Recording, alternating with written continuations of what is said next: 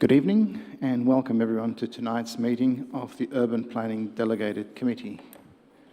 Before we commence the meeting, I request that all mobile phones are turned off or switched to silent. Thank you. My name is Councillor Nick Stavru and I chair this committee. The Urban Planning Delegated Committee meeting is live streamed on the Council website to enable public viewing of the proceedings, including councillor deliberations and voting. The meeting has also been recorded and will be made available on the Council website as soon as practicable after the meeting. Should technical problems be encountered during the meeting will be adjourned until the problem is rectified, or if needed, the meeting will be postponed. I will start by introducing my fellow councillors and officers. Seated to my left at the horseshoe table in the Council chambers are Councillor Jim Park, Councillor Cynthia Watson, the Mayor, Councillor Felicity Sinfield, Councillor Di Gillies, the Deputy Mayor, Councillor Lisa Hollingsworth, Councillor Gary Thompson, Councillor Jane Adders, Councillor Susan Bigger, and Councillor Victor Franco. I also acknowledge our CEO, seated behind Councillor Sinfield, Mr. Philip Storer. Our Director of Urban Living, Mr. Scott Walker, is to my right, and our Manager of Governance and Legal, Mr. Brian Wee, to my left. There are other officers in attendance tonight, and they will be introduced as they present their reports. The primary purpose of the Urban Planning Delegated Committee is to deal with issues under the Planning and Environment Act and the Building Act. This committee has delegated authority to make decisions on behalf of Council. Councillors are familiar with each report, which includes a summary of objections received. For those in the gallery presenting this evening, when we come to the agenda item, it will be introduced by an officer. I will then call you one by one to come forward and address the committee. If you're making a submission, please present your viewpoints clearly and concisely on why you support or oppose the planning application. Please do not repeat what earlier speakers have said and keep the submission focused on relevant issues and points not previously raised. If you are opposed to the planning application, please tell the committee why you disagree and suggest an alternative approach that would satisfy your concerns. Please focus on your concerns rather than matters of history or detail in the officer's report. There is a strict limit of 3 minutes for each speaker, including councillors, and whilst as chair I can vary the time, I will seldom do so. I will ask speakers to stand at the top of the horseshoe table, and I will invite those against the report to speak first, followed by those in favour. At the 2.5-minute mark, I will make this sound, indicating that you have 30 seconds remaining to conclude your presentation. We'll move now to apologies. Mr. Wee, are there any apologies this evening? Through you, Chair, Councillor Galt is an apology this evening. Thank you, Mr. Wee. We next move to the adoption and confirmation of the minutes. Councillors, can I please have a motion to adopt and confirm the minutes of the Urban Planning Delegated Committee meeting held on the 6th of February 2023?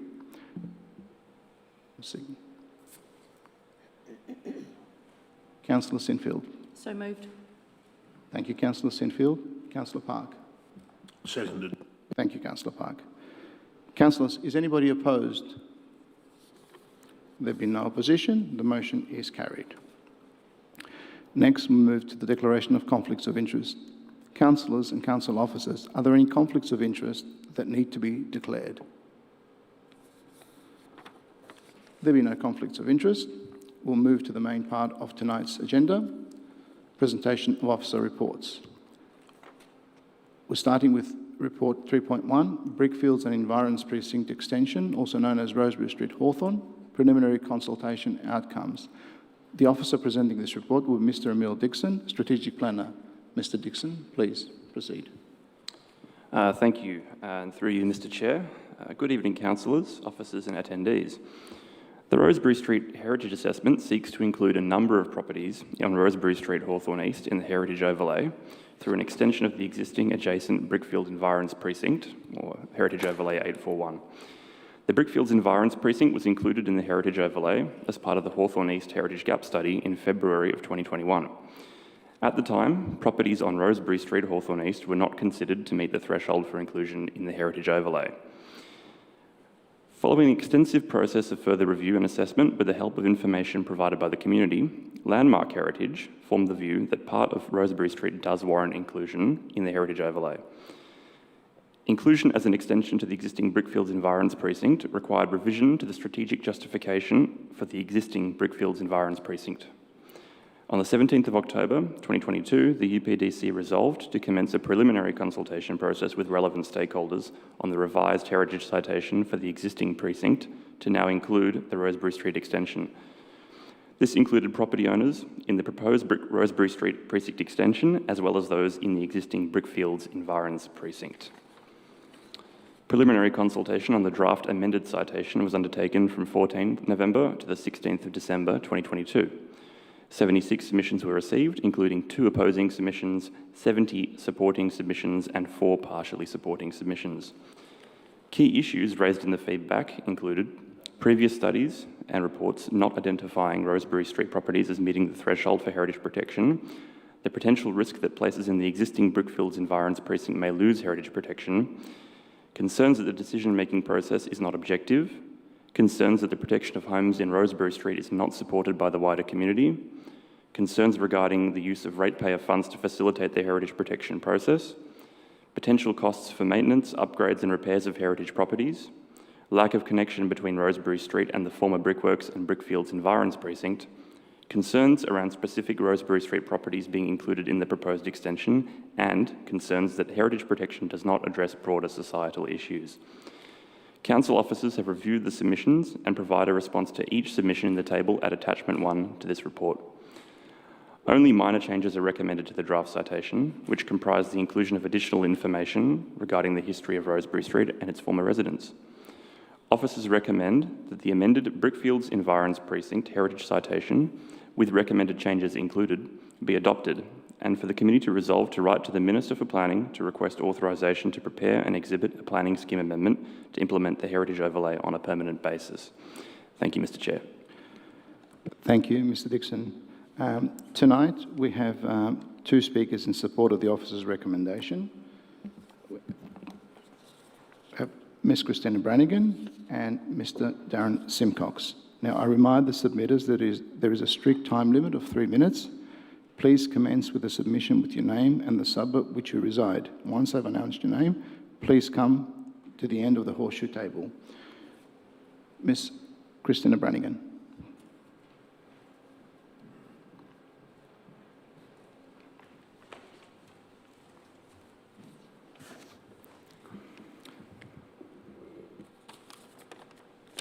Thanks, Ms. Brannigan. If you could start with your name and suburb.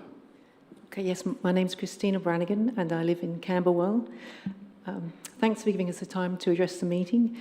I absolutely support the report's recommendations tonight, and reading the final version of the new heritage study for the Brickfields precinct that Council's Heritage Consultants Landmark has prepared was really actually very exciting. For those of us in the community who've been involved since the start of the community heritage nomination for Rosebery Street. So it's actually really wonderful to see all the new information that's been collected by so many groups that helps us see just how connected and significant Rosebery Street really is, and that the precinct really can't be complete without it there. So I'd very much like to thank Council on behalf of the Friends of Rosebery Street group and the Burundara Heritage Group and the many other members of the local community for the work that's been undertaken by Council and the officers for this new report and the support now for the street. I especially want to thank Councillors Gillies and Bigger, who worked tirelessly across many meetings to try to ensure that the street had the best opportunity to have a fair go, if you like, to get protected. I'd also like to thank other councillors who've supported us and all the heritage experts such as Nigel Lewis and Gary Vines, who helped us along the way. It seems to have been a long road to get here, but there does seem to be a great deal of community support, from the 70 submissions to the large online petition and the attendance at the Heritage Day that the community ran in the park last year. There seem only to have been 2 objections, and no objections from anyone who's currently living in the precinct. So I do hope, councillors, that you'll support the recommendations of the report, that we can see this historic street conserved.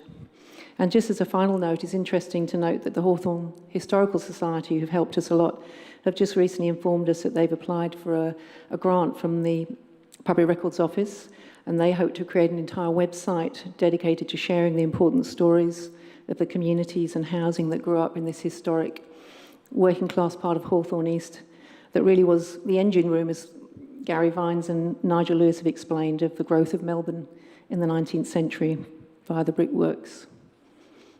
Thanks again.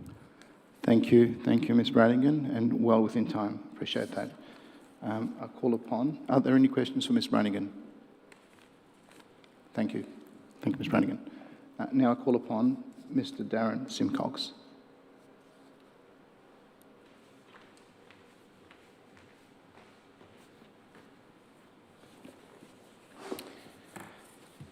Good evening, councillors. Thank you, Mr. Simcox. If you can begin with your name and suburb, and you have 3 minutes. Yep, Darren Simcox here. I'm a Rosebery Street owner at 21. I've lived there for over 20 years. I'd just like to thank the councillors for your hard work, your open-mindedness and your patience. Without this, the planning and heritage consultants may not have been able to show you the importance of Rosebery Street and its links to Burundara heritage. I'd especially like to thank Natica Smider and the team at Landmark Heritage, Emil Dixon in planning and the Hawthorn Historical Society, and our other experts such as Nigel Lewis and Gary Vines, and the tireless dedicated group of the community which we could bring to the table. In this regard, whilst I'm pleased to be able to create an opportunity for 48 of the heritage houses, I'm a little bit dismayed at the fact we've left several out to the Ravens. Being number 92, which doesn't show up on the maps, is the most intact original fabric single-fronted house in the street. Number 38, number 44, number 46, all gorgeous versions of double-fronted weatherboards, underrepresented in the zones. Inner Wars at 42 and 40, and some poor considerations as contributory to 40, 1A and 1. They're covered under the report under Attachment 1, which is incorrectly labelled as Harcourt Street Heritage Assessment. Summary of feedback of officer response. So looking at the table 33 and 68, it is agreed that homes at 38, 42, 44, 46 and 92 Rosebery Street are a type that would have been included as contributory under the proposed Brickfields Environment Precinct extension. Their inclusion in the precinct is not justifiable on the basis they lack visual continuity and coherence. If you look at the history of the street, it was never built as a continuous development of all Victorians. The south side was always interspaced, developed in bursts. Some council-owned properties contributed here as they were sold off to the wrecking ball after the tip closed. So we have at least 5 fantastic examples of contributing houses left out to dry because they don't fit drawing a line around a map. The Planning and Environment Act 87 places an obligation on councillors to conserve and enhance these buildings, areas and other places which are unscientific. I don't believe the obligation is being fulfilled if we choose to identify contributory housing. Can we not use the fantastic modern technology we've ingested in Burundara and create a database to recognise individual properties and features other than having in continual lines? Please help tell the government it's possible to do better. Thank you, Mr. Simcox. Just right on time. Are there any questions, councillors, for Mr. Simcox? There be no questions. Thank you, Mr. Simcox. You can return to your seat in the gallery.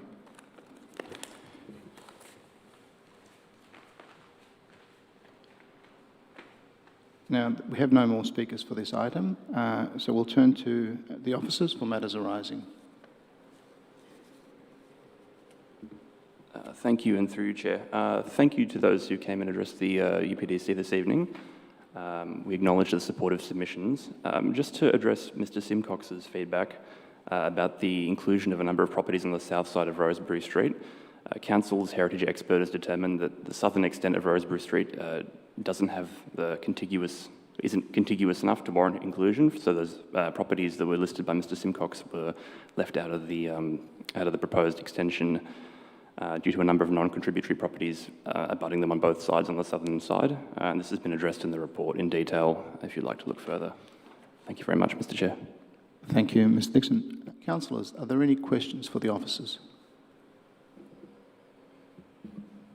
I have Councillor Watson, and I'm sure it's not Councillor Galt, but whoever is sitting in Councillor Galt's seat, I think it's Councillor Gillies. Councillor Watson. Thank you, Chair. In the report that we read this evening, it mentioned that there have been 3 heritage reports commissioned by Birrendara Council. Could we have an idea of how much this has cost? Thank you, Mr. Dixon.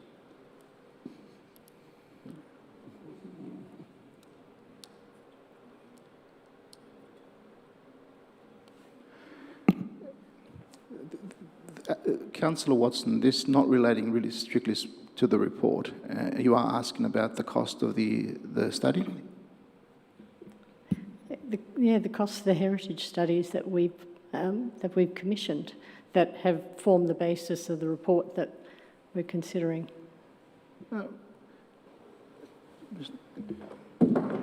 Through yourself, Chair. Unfortunately, we don't have a compilation of the costs of those reports at hand.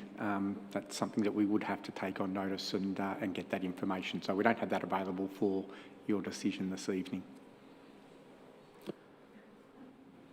Thank you. Councillor Watson, are there any more questions or? No, thank you, Chair. Thank you. Councillor Gillies. Thank you, Chair. Just to foreshadow a motion when you're ready. Thank you. Thank you, Councillor Gillies. Councillor Thompson. Thanks, Chair. Just through you to the officers. Obviously, if this starts the statutory process, should this be successful tonight, officers may or may not be able to answer these questions, but what level of success do you think we have with the Minister accepting a new process for this precinct, given that this precinct was, in a smaller version, adopted into our planning scheme just a matter of a couple of years ago? That's in light of, I guess, recent Minister decisions. Thank you, and through you, Mr. Chair. I don't have a crystal ball and I can't predict the future.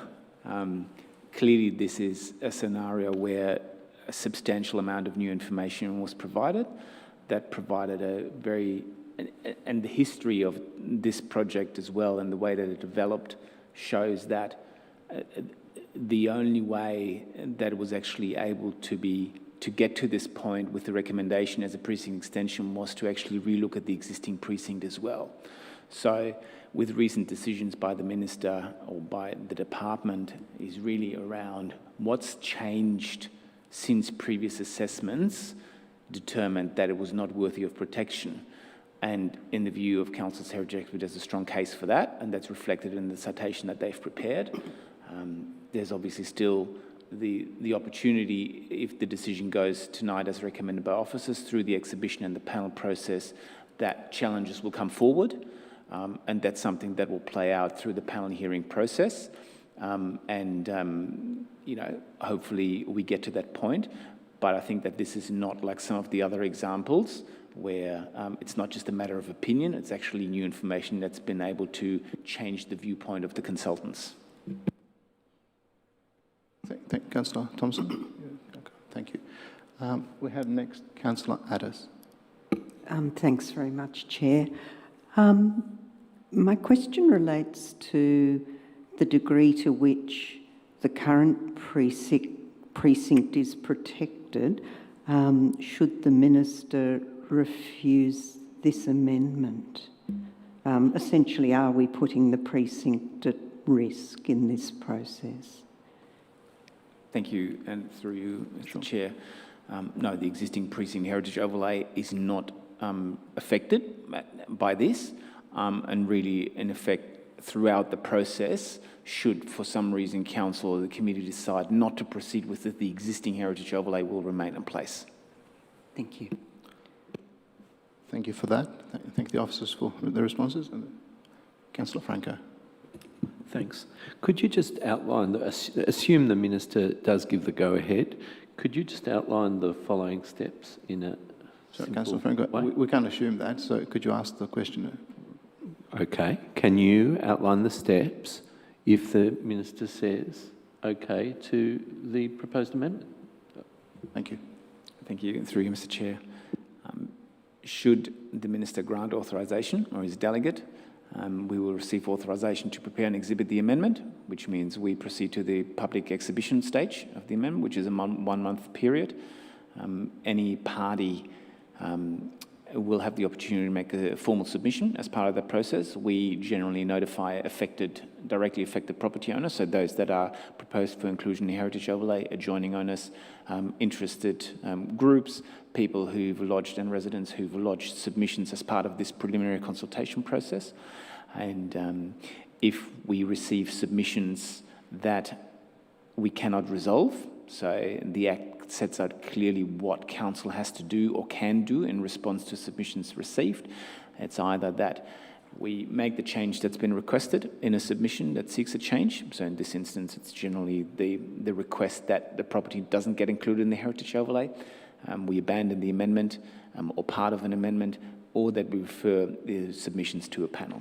And in practice, what happens is we refer all submissions to the panel because we get supporting submissions and we get opposing submissions, and the panel will then consider all the submissions.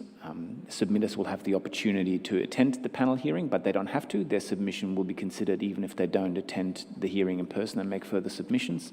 Parties that attend the hearing can call experts and they can cross-examine council's expert. And then following on from that, there'll be a report by the panel making recommendations to council as to how to proceed, and there'll be further council meetings along the way as well. So in effect, it's effectively the equivalent process of a full review. Any other questions, councillors? There be no other questions. Councillor Gillis, now would be the time to move your motion. The officer's recommendation. Thank you, Chair. Thank you, Councillor Gillis. Do I have a seconder? Oh, Councillor Bigger. Sorry about that. Happy to second, thank you. Thank you, Councillor Bigger.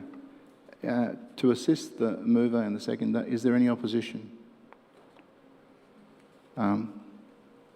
Councillor Watson is in opposition, and Councillor Park, I believe. So we have an opposition. Can I ask then, Councillor Gillies, as the mover, do you wish to speak to your motion? Thank you, Chair. Just briefly, Rosebery Street has a story that's probably unique in Boroondara, being linked to the Fritz Holzer brickworks, one of Melbourne's most significant industrial sites during the late 1800s. Now, this has been established as new evidence relevant to protection of the street, and therefore that has changed the views previously held. I'd just like to thank officers and the community for a lot of work that's diligently gone into working through challenges and issues relating to this site, but they have brought us to this point. This is not the final step, but it is a major one that takes us into the statutory process. So I would just like to extend my thanks to everybody who's contributed to this and to put the motion to my colleagues and seek their support. Thank you, Chair. Thank you, Councillor Gillies. Councillor Biggers, as the second, did you wish to speak to your motion now or reserve your right? I'd like to reserve my right, thank you. Thank you, Councillor Bigger. Does any other councillor wish to speak or comment? Councillor Watson. Thank you, Chair. I guess my comments and my concerns regarding this application have to do with the process that we've all been on. So in property studies, we speak of a site in search of a use or a use in search of a site.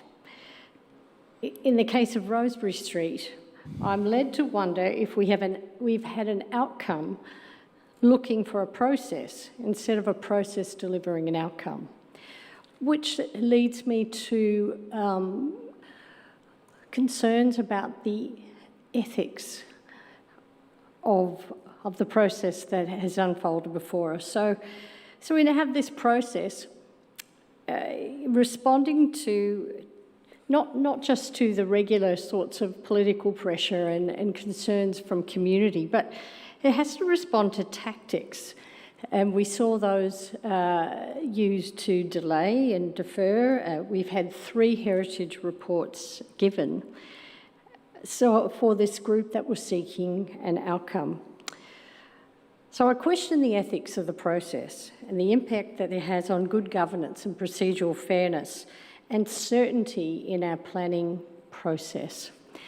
When they speak of new information, I probably lean into the advice given to us by the first Heritage Advisor, that there were many representative properties that had been protected that reflected the connection with the Fritz Holzer brickworks. Now, I'm not a heritage expert, so I will leave that for someone else to decide. But given that we've had a number of reports, I don't think there's anything more I need to say to that. But my concerns about the ethics are also reflected in a motion that was brought forward at the last planning meeting, where we're seeing delaying tactics to create this time on issues outside of the regular processes that we engage in. So I have very grave concerns, and I wanted to speak to that tonight, and I will not be supporting this motion. Thank you for your comments, Councillor Watson. The next councillor with wishing to speak is Councillor Hollingsworth, followed by Councillor Thompson. Thank you, Mr. Chair. Look, I'd like to speak in support of Councillor Gillies' motion, the officer's recommendation, and just highlight that this precinct focuses on the acknowledgement of working class society, the backbone of an organisation that literally did build the foundations and the walls and the structures of the homes that a lot of us live in. This is paying homage to this precinct. It's recognising that since the late 1880s, over 140 years ago, not only just the original owners of the properties, but the generational homeowners since have lovingly restored the homes. They've been guardians, custodians, and they highly appreciate the homes that they live. They've preserved them in a way that's allowed the streetscape to maintain its ambience as it is. Yes, some have been lost, but largely it's still intact. And this study has identified 2/3 of the properties of worthy candidates to be protected. So I would like to thank Councillor Gillies and Councillor Biggar for their work with the local community and all the members of the community that have invested a huge amount of time in producing additional information through research, dedication, and likewise I'd like to thank the council officers for their working with the various heritage consultants. Thank you. Thank you, Councillor Hollingsworth. I'll move to Councillor Thompson. Thank you, Chair. I'm also in support of this motion, but I do want to take the opportunity just to touch on a few things that were mentioned by the officers. We start the ball rolling again on this overall precinct, which means that we've got to engage with all of the residents who've previously been engaged with us a couple of years ago, 2 or 3 years ago, which means that all of those that weren't in support of this precinct have an opportunity to have further say. And I think that's one thing that we need to be cognisant of, that whilst I'm supportive of this, we are taking our residents through the same journey that, you know, not all of them were supportive of previously. Not everyone supports heritage as much as what we're seeing here today. With that said, there's still a long process to go, and I'm sure those residents will we will hear from them, and we'll need to consider them in an equal and balanced view as to those that we're trying to protect here. So I think that's just a caveat to know that this is not a fait accompli at this stage, but I think if we're happy to take on the discussion, we'll certainly see where it lands, and it's good to know that there's a precinct in place and protected if that's the fallback. Thank you. Thank you, Councillor Thompson. Next, Councillor Sinfield. Thanks, Chair. I acknowledge that the process to get us to this point of the journey has been far from ideal, and thank the community, those enduring the process, albeit a little bit bumpy, and those who have been driving this process for bringing us to this point. We know heritage is important to our community. It's a dominant theme in our community plan, and we hear it constantly from our community just about in every interaction we would have out in the public realm. I believe that Rosebery Street and the Brickfields Environ Precinct is worth fighting for, and I think that this is absolutely the right decision and the way forward for this.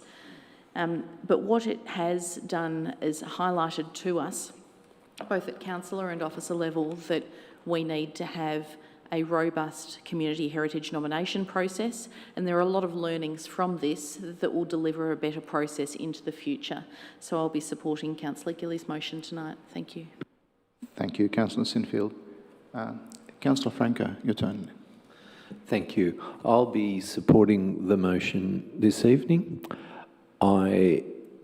I'd like to thank all the members of the community and all the effort that they put in, and I'm very pleased to hear about the work being proposed and undertaken by the Hawthorn Historical Society as well. It's quite unique to have this pocket of working class history recognised. We often hear properties like the former Kroger residence, but this is quite unique, and I'm delighted to see this process exploring the protection of this precinct.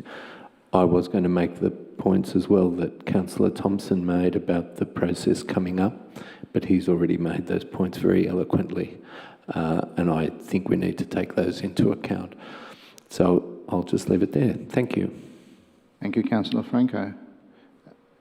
Next is Councillor Addis. Thank you, Councillor Addis. Thanks, Chair. Look, I will support it, but I want to voice my reluctance and, in a sense, to support what Councillor Watson said. To me, it has felt like we have done study after study until we got an outcome that certain people were seeking, and I do think that does rather degrade the process. So I will support it, but it is with some anxiety about where this leaves us in terms of how many studies do we get, and does the final one hold more weight than the previous ones that said no? Thank you. Thank you, Councillor Addis. Are there any other councillors? There are no other councillors that wish to speak. Councillor Bigger, I return to you as a seconder. Do you wish to exercise your right? Yes, thank you. I acknowledge that this has been a long process, and shouldn't even say has been, because it's not over yet, as many have said. I think, as Councillor Watson has said, that adds a different element to it. I think there's been a feeling from the community that their street was missed from the beginning, and things, I think we all would acknowledge that things can be missed.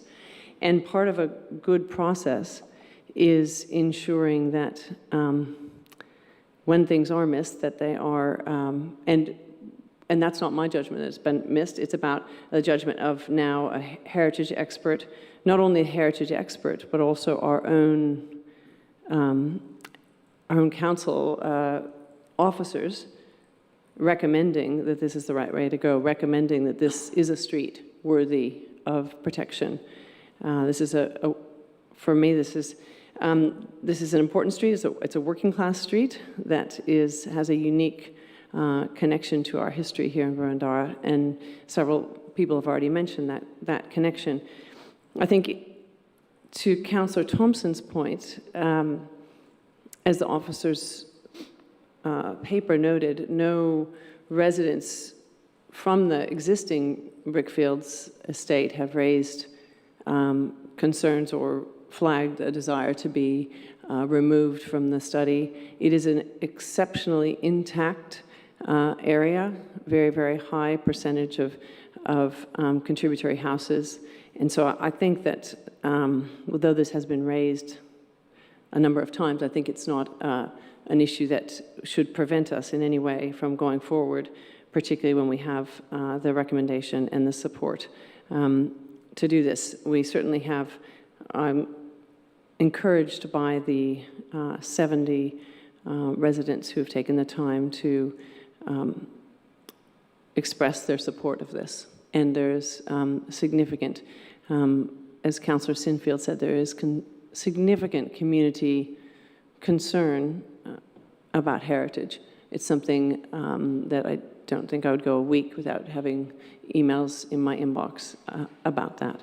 So, and I think that we all know that this is an ongoing concern for our residents. So to return back to where we started, which was with the process, I trust the process, and this is part of the process. And we are taking the appropriate steps through a process which will enable residents to have a say. And I think that it's our duty now to go ahead with it and to ensure that it's done in the best way possible. And I encourage my fellow councillors to support the motion. Thank you. Thank you, Councillor Bigger, and thank you, councillors. Now I will return back to Councillor Gillies as the mover to close the debate. Thank you, Chair. Just very briefly, and I thank my colleagues for their thoughts and their comments. I would suggest that this process responded to new information that wasn't easily or readily available at the time. It wasn't conjured up, it was there, but it did take some work to reveal and collate and put together. But I would also suggest that sometimes taking the time to reassess a case or a process is an essential part of a continuous improvement process. And I think we all agree that that's part of any organisation. I understand the concerns raised regarding study seeking, but in this case, I think it was absolutely warranted. And again, I thank the officers for their diligence in following through on this, and the community for all the work that they helped put together for a case that we now hopefully will take forward and follow in course. Personally, I've got my fingers crossed, but we will leave it up to the process because we do have to have faith in the process. So thank you very much, everybody, for your comments. I do appreciate those, and I now put it to you, Chair. Thank you very much. Thank you, Councillor Gillies. Now, I would like to put the motion. All those in favour? All those against? The motion is carried. Thank you. Let me thank the speakers and the officers, and thank you, councillors, for your wise words as well. Excuse me, Chair, were you in favour or not in favour? I'm in favour of the motion.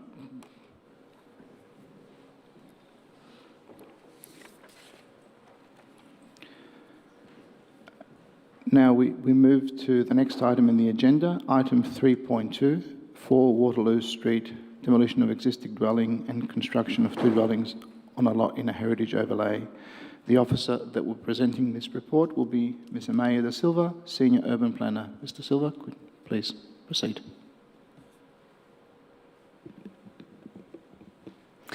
Through you, Mr. Chair, UPDC item number 3.2 is for a planning permit application for the demolition of an existing dwelling and the construction of 2 dwellings on a lot at number 4 Waterloo Street in Camberwell. The site is within the Neighbourhood Residential Zone Schedule 3 and is affected by a heritage overlay Schedule 159. The existing dwelling is non-contributory to the heritage place. The application includes the demolition of the existing non-contributory building on the land and proposes to construct 2 side-by-side attached double-storey dwellings. The application was referred to internal departments, all which supported the application subject to conditions. The key issues addressed during the assessment include the heritage policy, which can be found in the planning assessment report, neighbourhood character, which can be found at Appendix B, compliance with Res Code, which can be found at Appendix C, and the objections received. Overall, the proposal achieves a high level of compliance with the requirements of the Neighbourhood Residential Zone and Clause 55, also known as Res Code, of the Burundara Planning Scheme with respect to on-site and off-site amenity. Furthermore, the proposal is consistent with the objectives detailed in the Heritage Policy and the Neighbourhood Character Precinct Statement applicable to the site. The current streetscape perspective is a high solid front fence and double garage located in front of the dwelling, which detracts from the heritage place. Furthermore, the demolition of the existing dwelling is supported by Council's heritage policy as the dwelling is not contributory to the heritage place.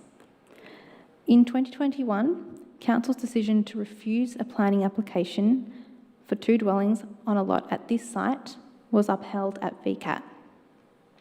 To address the concerns raised by Council and VCAT, the application has undergone a number of revisions through pre-application meetings and during the planning process.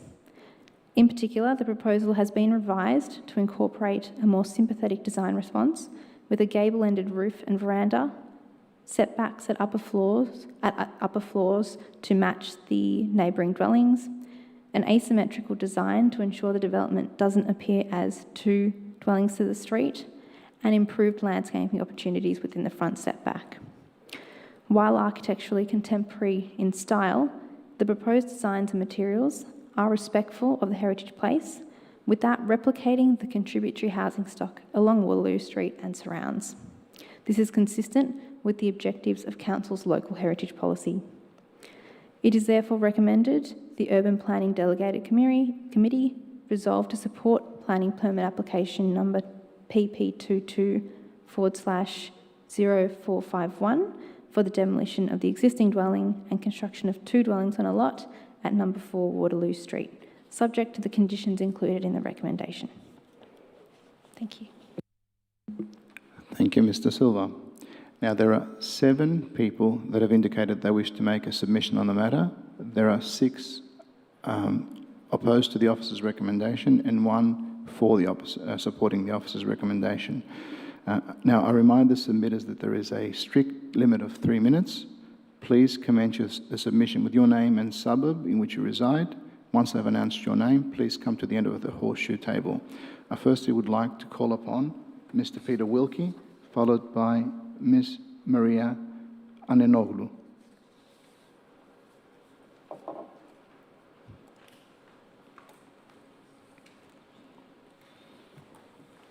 Thank you, Mr. Wilkie. Good evening, councillors. My name is Peter Wilkie and I live at number 1 Waterloo Street in Camberwell. I'm a registered builder and I can read plans.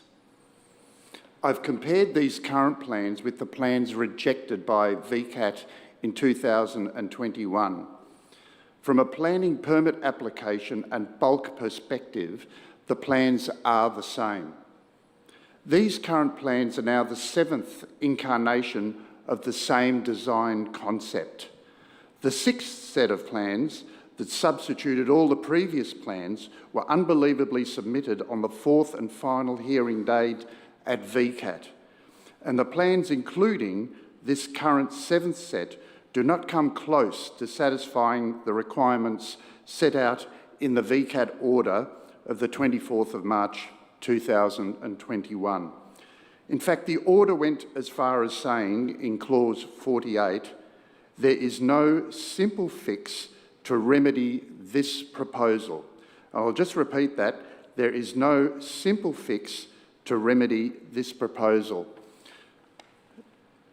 The now new introduction of a 20th century gable to a 19th century streetscape, they shouldn't even bother because it's just an attempt at a simple fix. And the moving of a powder room wall 80 centimetres, that's this much, simple fix again, and it's actually embarrassing. And the city of Boroondara decisively won the VCAT case against the full resources of the applicant. This valuable VCAT victory now enshrines the city's heritage statement into Victoria's law. It now gives the city of Boroondara a real kick in protecting its heritage precincts. Please do not throw away this opportunity by accepting this destructive development as your benchmark. I beg the councillors and council officers to please protect Waterloo Street's rare and wonderful streetscape and reject the current planning permit application for number 4. Thank you very much. Thank you, Mr. Wilkie. You finished in time. Just one moment in case councillors have a question. I do. I have Councillor Watson. Thank you, Mr. Wilkie, and thank you for your presentation. Could you just summarise what some of your main objections are? You mentioned a gable and moving a powder room wall, but what are the substantive things you're concerned about? Right. This is rather easy to explain. If you're going to Ballarat and you see the Victorian buildings there, they've been very careful, and it's been difficult to not build offices and buildings behind that. So when you come into Ballarat, everybody goes, whoa, look at those Victorian homes. And this really came up in VCAT, is that if you've got something big and bulky next to Victorian homes, that's the end. You walk down the street, it's ruined. It's explained as simply as that. So if you put this, it's huge, it's 9 metres. If you put this huge thing in the middle of a Victorian streetscape, especially with the hips and gables with the slate, rather than what we've got here with this point, Waterloo, yeah, it'll wreck the streetscape, absolutely. Thank you very much. Thank you. Councillor Franco, thank you. Look, I'm tempted, just on the strength of that point, to ask you a further one. And would you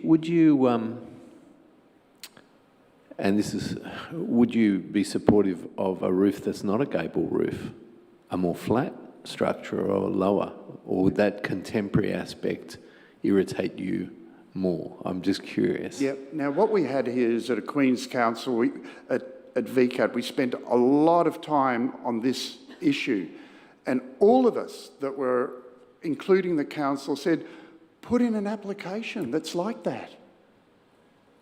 But we're not, we're getting a simple fix to a large development that is far too bulky for the site. Just give us a home or anything that we can all just draw something. It's very easy to do, but we're not getting that in these plans. So the answer is propose something, please, that looks half decent. It's not a hard thing to do. Councillor Franco? Thank you.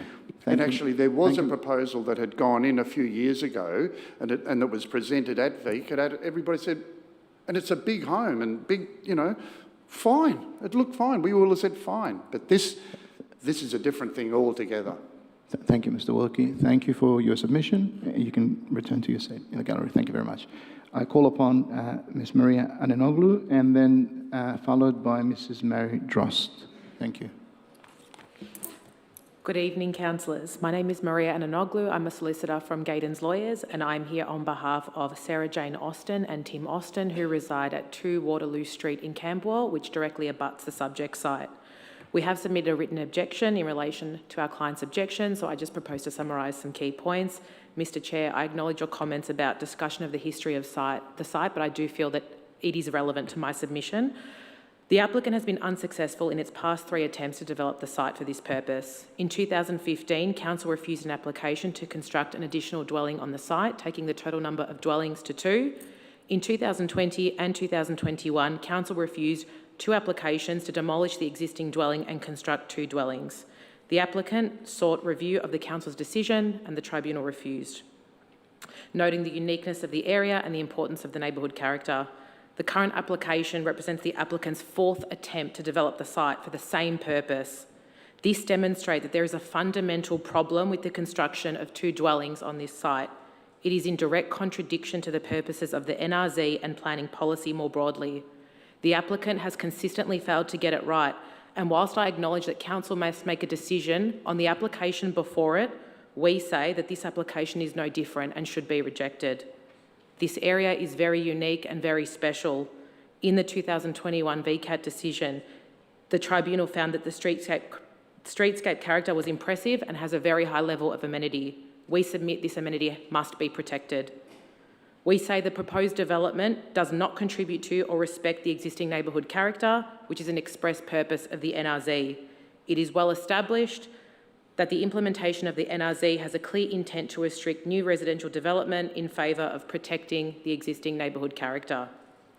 The proposed development, which proposes 2 side-by-side dwellings, fails to comply with the neighbourhood character objectives, particularly in relation to maintaining the detached suburban character of the area.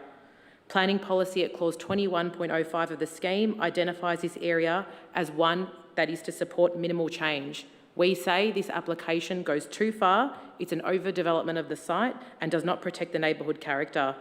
The officer's report itself notes that few multi-unit developments exist within the precinct, and we say this is for good reason. Importantly, the site is affected by a heritage overlay, and local policy sets out that the new development must respect identified heritage values. While the dwelling in question is not a contributory building, we say that the proposal is not sympathetic to the heritage fabric of the precinct in terms of its design, built form, and that it will dominate the neighbouring heritage buildings, including our client's site. This is in direct contravention of planning policy. The council officer's report also notes that the dwellings have been designed to appear as a single dwelling. We do not agree. The dwellings which have separate driveways and entrances on the same street frontage appear as separate dwellings. Again, this is inconsistent with planning policy. So for these reasons, we recommend that council do not support the proposal and reject it. Thank you. Thank you, Ms Ananoglu. Right on time. Councillors, are there any questions for Ms Ananoglu? Councillor Watson. Thank you, and thank you for your presentation. You mentioned that there had been 3 previous applications, and you said now there's a 4th one and it's no different. Could you talk to me about why it's not different? There are differences in the proposal, and I think it has improved over time, but I think the fundamental flaw is the construction of the 2 dwellings. Another question, if I may, Chair.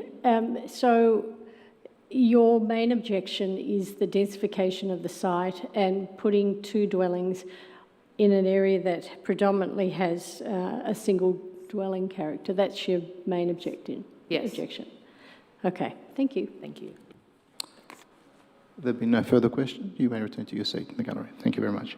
The next presenter is Mrs. Mary Drost, followed by Mr. Brett Mann.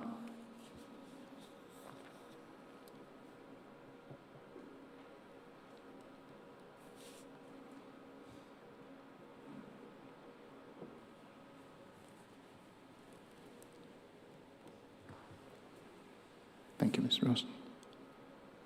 Well, good evening. Could you move closer to the microphone? Good evening, all. Thank you. I just can't believe that this is happening. This is... Ms. Drost, we know you, but could you please announce your name and suburb for the benefit of the Mary gallery? Drost, and I live 34 Prospect Hill Road, Camberwell. Thank you. On the corner of Waterloo Street. So I'm very, very aware of what's happening in Waterloo Street. I've lived there all my life, really. My father bought the house in 1918 something, built in 1800s. He bought it in 1940. And it's been the family home. And when I was a councillor, sitting where you are, it was Camberwell then, we brought the whole area in as heritage. This is a long time ago now. And in those years, just drive around. It's hardly changed. There's almost no changes. You know, nothing's been pulled down, nothing rebuilt, nothing built. I mean, it's a wonderful heritage area. And what I say is, have you been in Paris? You know, try this pulling down in Paris, you'd be sent straight to the guillotine. You know, it's protected, and we've got to protect heritage areas, because once it's gone, it's gone. You know, and this is a heritage street. I think there have been virtually no changes much in the years that I've lived there, almost nothing. And it should be protected, and this is your job to protect it. You know, otherwise I think I'll be out there ready for the bulldozer, and I'll, you know, stop them doing it. But it would be a tragedy to start wrecking a heritage area. We don't have many, you know, but the old parts of Camberwell, the still heritage. And I think it's up to you to protect them. You know, they can go and build somewhere else. I mean, I don't know why they bought there. Didn't they know that it was heritage? I don't know who they are, but they should have gone somewhere else where they could do it and not come and wreck a heritage area or try to. So it's up to you to stop them. And if you don't, I'll take them to VCAT, all right? Because I'm not going to allow it to happen. That area is heritage and it has to be protected as heritage. All right, I don't think it's been talked about much, but it's one of the few heritage areas that we have, you know, in Camberwell. And I think it's got to be protected. So I'm just appealing to you to say no tonight. Tell them to go away and sell it and buy somewhere else and do it, but where they can do it. But they shouldn't have bought into a heritage area. Time up? You've got 30 seconds. So I'm appealing to you to please throw it out. All right, thank you. Thank you, Mr. Joyce. There'll be no questions. You may return to the seat. Thank you very much for that. Mr. Martin, please.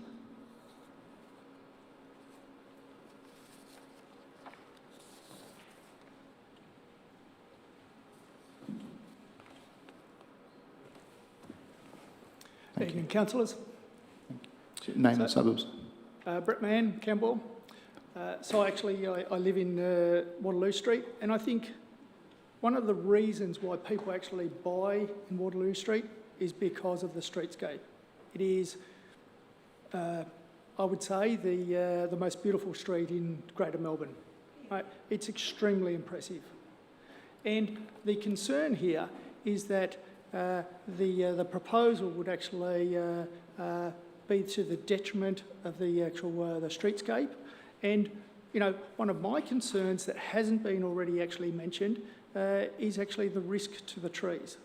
So the proposal, there is a significant amount of time and effort has been spent by arborists looking at this. Now, my concern is that if you were to damage the trees listed as 12, 13 and 14 along that streetscape, it would actually destroy the entire look of that street. So I guess there has been some significant trees actually removed over the past out of 4 Waterloo Street, and council workers have actually come along and tried to actually stop that tree lopping, but it has proceeded. My concerns are that if this proposal was to be approved, even with the recommended amendments to it, is that whether that proposal would actually be in keeping, and what is the accountability? Because in the past we haven't actually seen that the owners have actually, sort of stayed to council rules. Right? So my concern is that streetscape. Why go and actually risk those trees? And the beautiful outlook has a heritage overlay for a reason. Thank you, Mr. Mann. Thank you. We have a question from Councillor Gillies, so if you will wait, Thank you, please. Chair. Thank you. Would you mind just clarifying, please? Are you referring to trees on the nature strip or on the property? So the main trees that I'm referring to are actually on the nature strip, but because of the 2 driveways and actually the basement that's actually being put in, there is actually an encroachment on those protected areas of those trees. So you say the underground parking and the crossovers are going to compromise the Yes. nature strip tree? Yep. We might seek arborists to address that when we get to the offices. Thank you. So because arborists can come along and make reports, but my concern is that, well, what happens if those trees die?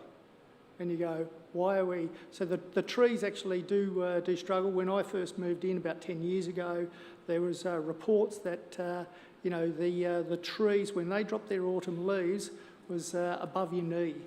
Now, I've never seen that in those 10 years, and I think that the trees actually, with the climate change, are actually, struggling to actually keep that beautiful canopy.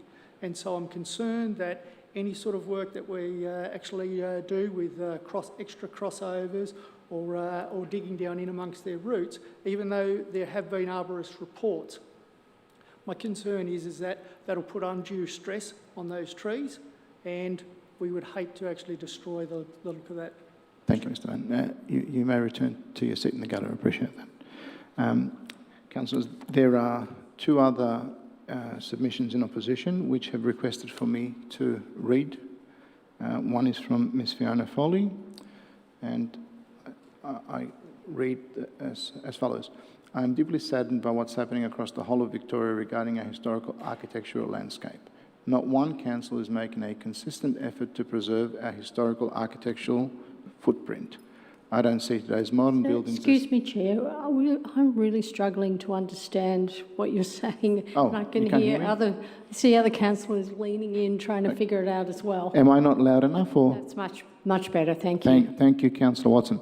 I am deeply saddened by what is happening across the whole of Victoria regarding our historical architectural landscape. Not one council is making a consistent effort to preserve our historical architectural footprint. I don't see today's modern buildings as something we will ever consider contributory in our future. I just view them as future slums, money pits for their owners, the councils and the ratepayer.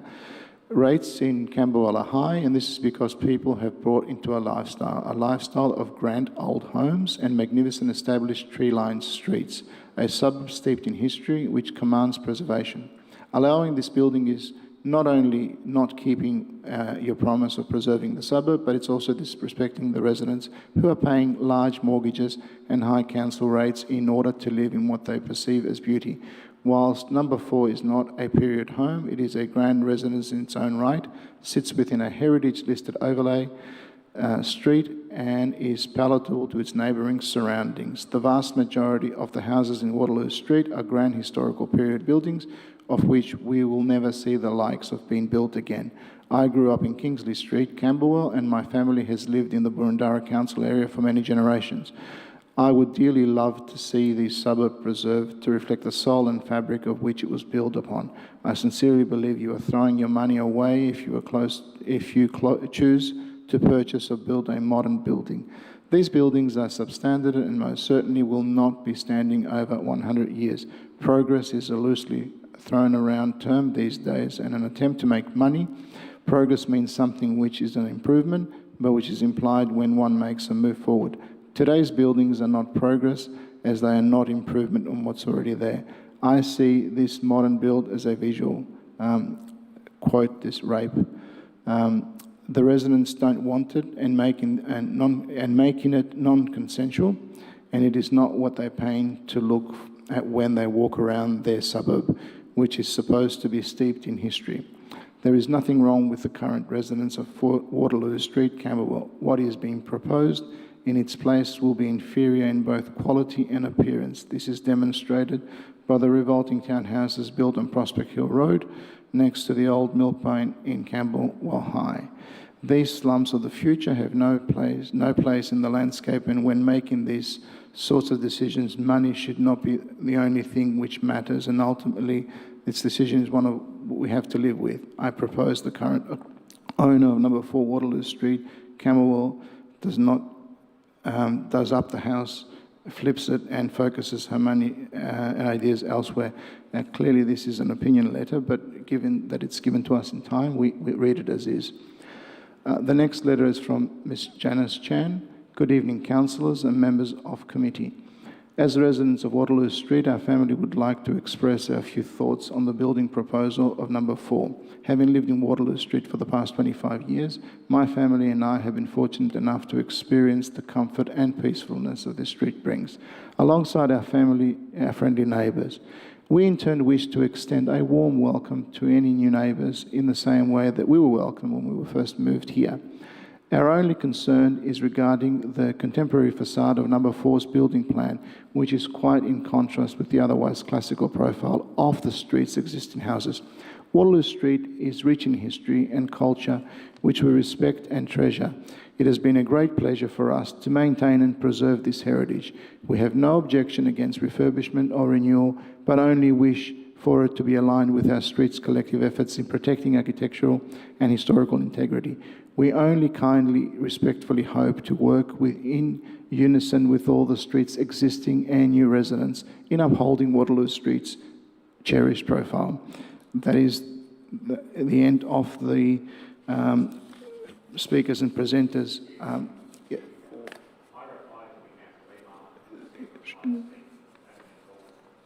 I will go for the speakers that are for the proposals now. Oh.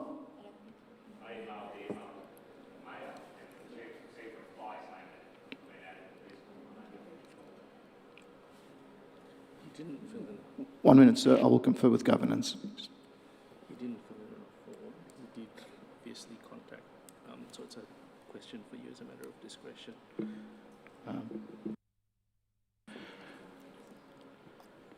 I am advised that you have contacted, but you didn't fill the form. But as a matter of discretion, I will give you the opportunity to speak. I beg your pardon?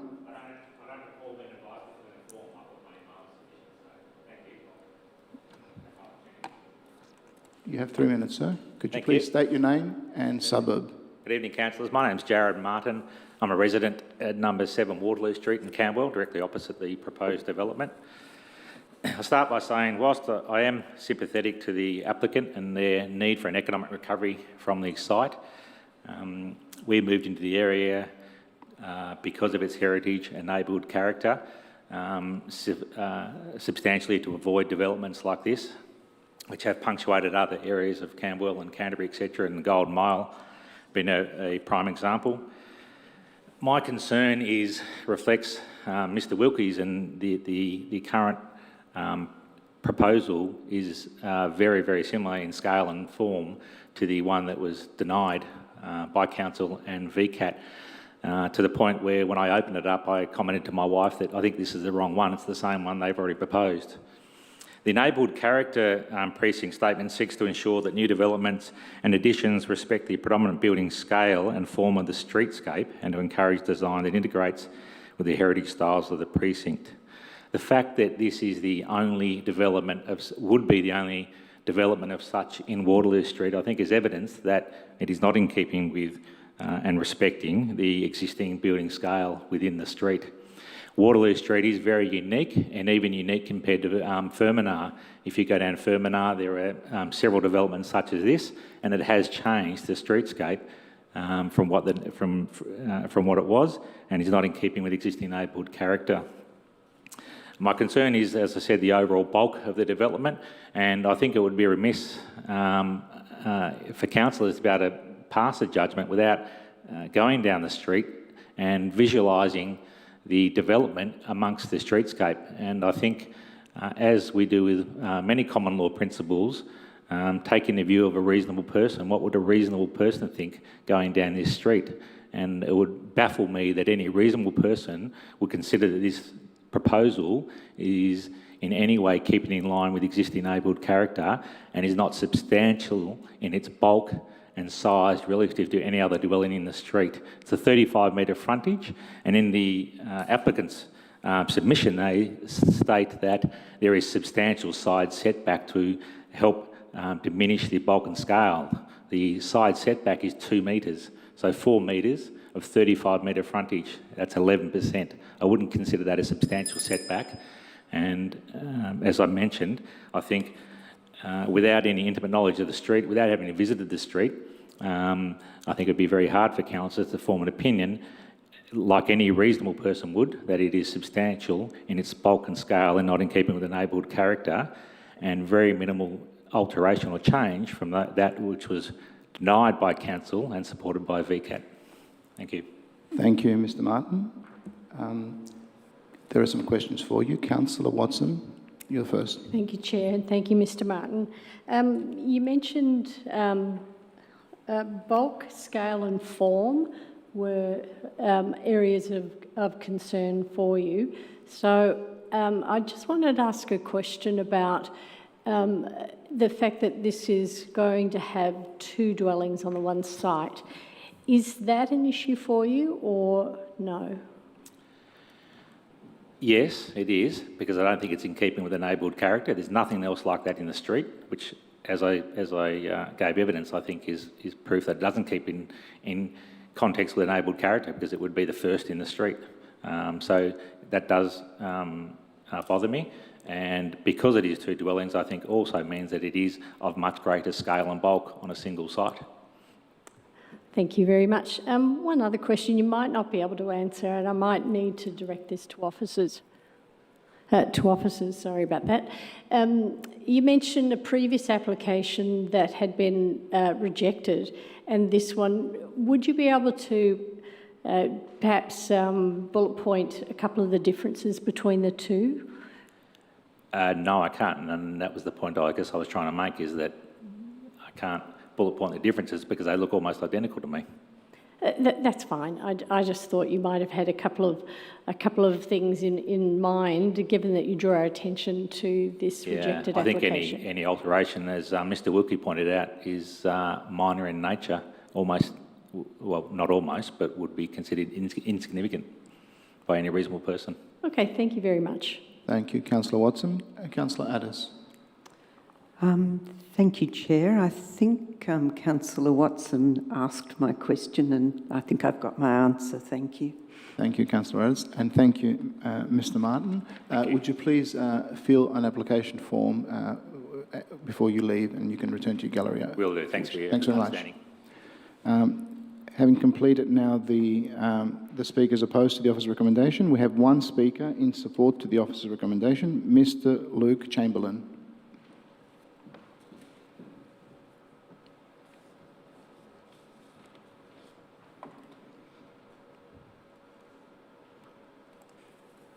Thank you, Mr. Chamberlain. Good evening, councillors. Thank you for having us tonight. Indeed, I am here to speak in favour of the application. My name's Luke Chamberlain. I'm a town planner from Tract. I'm here tonight representing Olivia Niku, the applicant. She's here tonight with her husband, Malcolm, in the gallery. Olivia and Malcolm have long aspired to live in this part of Camberwell. It's their intention to live in the northern dwelling, while the southern dwelling would be inhabited by Olivia's daughter. This is the fifth widest block on Waterloo Street, and it comfortably accommodates the two dwellings that have been carefully crafted and sited following a VCAT decision some time ago. As you've heard, it's the second time we've made an application to council. It's not the fourth. It's important that I highlight and emphasise Olivia and Malcolm's capacity to listen to the views of council officers and various experts in an ongoing basis. When council's officers and heritage advisors wanted to see increased setbacks, they did it. When they wanted modifications to the veranda, to the windows, they did it. When they required adjustments to the fence through the officer's report tonight, they're prepared to do it. Happy to do it. What we have tonight is a very complimentary and supportive officer's report.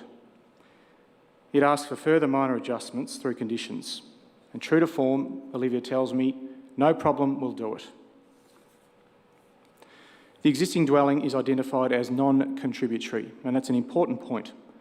From a neighbourhood character and heritage perspective, it lets the street down, principally on account of its projecting double-car garage and its high, solid masonry fence. Images of this are contained within the officer's report at pages 94 and 95 of the agenda. A new transparent fence, improved landscaping and an open presentation to the street should be welcome improvements to Waterloo Street. Olivia and Malcolm will be valued members and contributors to the community. I commend them and the proposal to you, and I invite your support tonight. There's a few points that were raised by submitters, councillors, that I'd normally hesitate to say, but I found hyperbole, falsities, exaggeration and some disproportionate representations about what the site currently hosts. Your officers know how to read plans.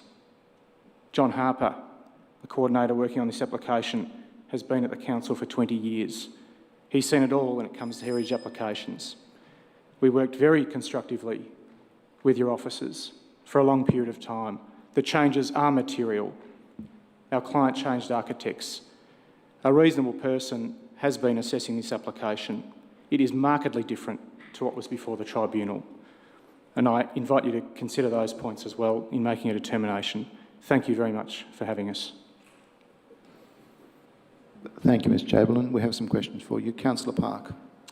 Thank you, Chair.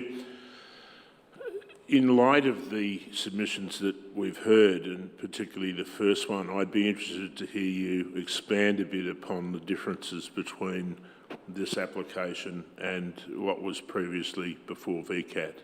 If you could step through the significant changes. Certainly, Councillor, and through the Chair. The first application was designed by a different architect that probably brought more of a modernist aesthetic to the application. It had curves, it had angled forms, and it had an upper level setback that was very difficult to read. The current application has adopted some stylistic forms that are informed by houses on the current street. It takes cues from heritage places within the street. It's important, though, not to copy and replicate them, because then it offers confusion. A gable form is not an alien form. The veranda's designed very carefully so that it reads in a manner that some houses are designed, and indeed there's some on the street, with lovely projecting bay forms and a recessed veranda behind them. There are further changes requested by conditions, one of which asks for tiled roof on the veranda instead of the standing seam cladding. We're very happy with that. That's going to further help to emphasise a comfortable fit within the street. Side setbacks have increased. The first floor setback is set back some 13 metres. We've worked very hard and very constructively to come to a position where the officers support the application with, I think, great certainty. Councillor Park, you satisfied with that? Thank you. I have Councillor Thompson next. Councillor Thompson. Thank you, Mr. Chamberlain. So the officers have a number of conditions that you've sort of alluded to that was supportive. Have you understood the impact that those conditions have on the planning of the building, and do you foreshadow that there will be changes to the planning layout or the design to actually accommodate those? And if you could enunciate what they would be. Certainly, Councillor. Through the Chair, the modifications are probably best described as adjustments. They're minor in nature. We'll be readily able to accommodate those. There's a rear setback increase that's being sought to make provision for a 4x4 metre tree envelope. Very happy to do that. That'll require the back wall to be brought in, and it'll require some swimming pool reductions. There's the request for part of the fence, which we've proposed as transparent to be solid in front of the driveways, very easy fix. And there's the tiles I mentioned on the roof. Well, I think that's a good suggestion, and I think that might have come from your heritage consultants. Okay, no further questions. Thank you, Councillor Thompson. Councillor Watson. Thank you, Chair. I've just got a couple of questions here. Thank you for your presentation and for clarifying a few matters with questions asked by the councillors. Between the first and the second application, were both applications for 2 dwellings? Yes. I've heard concerns about the bulk and the height and the impact that'll have on the street. In the second application, has anything been done to address the concerns of bulk and height, or just more to do with styles and gables and things?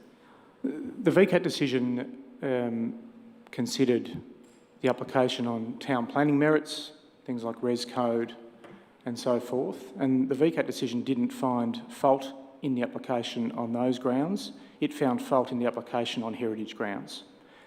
So the principal challenge for us in coming up with a repeat application was to remedy some of those stylistic faults that were identified. And we made sure that we met with your officers at a pre-application meeting. We met with your heritage advisor to make sure that we were interpreting things in the same way, or that there was common ground. Now, The upper level setback has improved or increased significantly. Your officers were steadfast on finding the ridge line for the dwelling to the south, and we did it.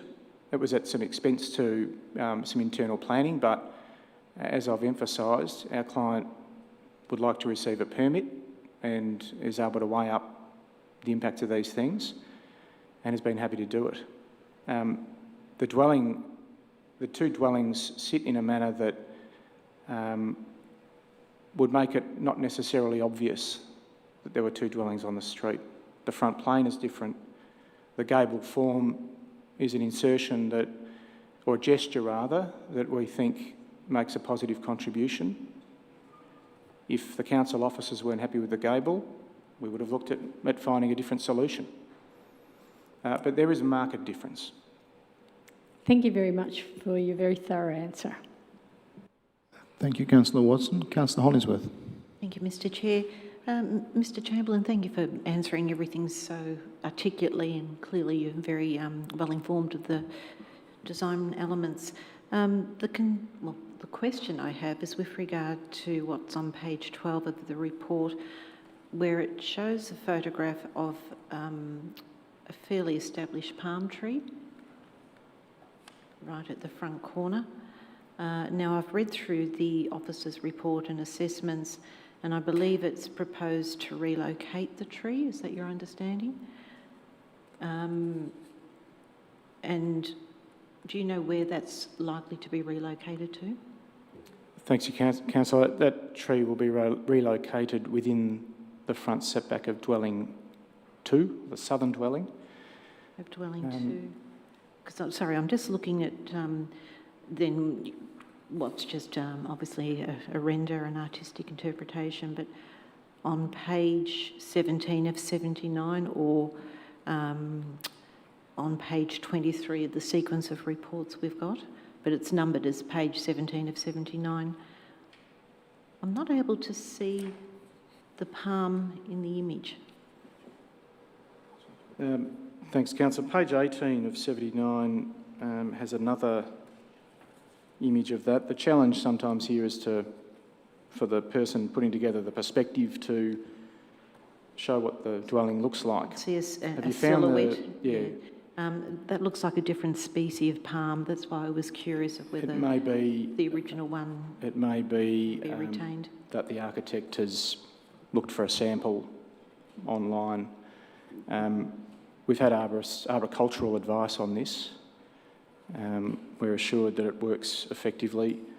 I have the benefit at Tract of working with a landscape architecture team as well, and I understand it's not uncommon for palms to be moved very successfully.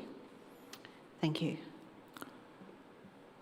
Thank you, Councillor Hollingsworth, and thank you, Mr Chamberlain. You may return to your seat in the gallery now. Thank you very much. We will now return to the officers for matters arising.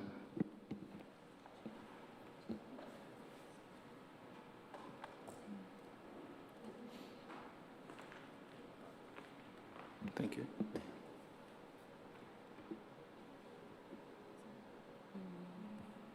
Yeah, absolutely.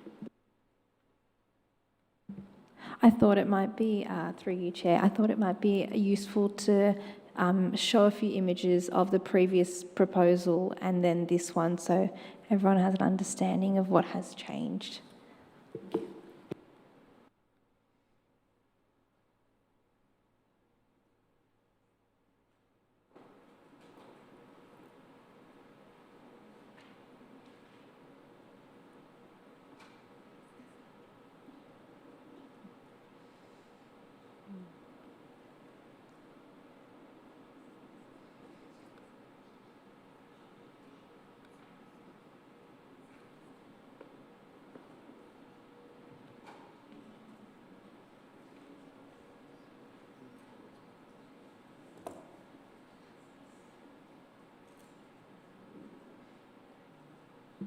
I'll start with a few points before we get to the images. I'd like to first note that the neighbourhood residential zone allows for construction of 2 dwellings on a lot. So there's no restriction within the neighbourhood residential zone Schedule 3 for 2 dwellings on a lot, and rather it has, dwelling density isn't a consideration in the assessment of this particular proposal, and rather it is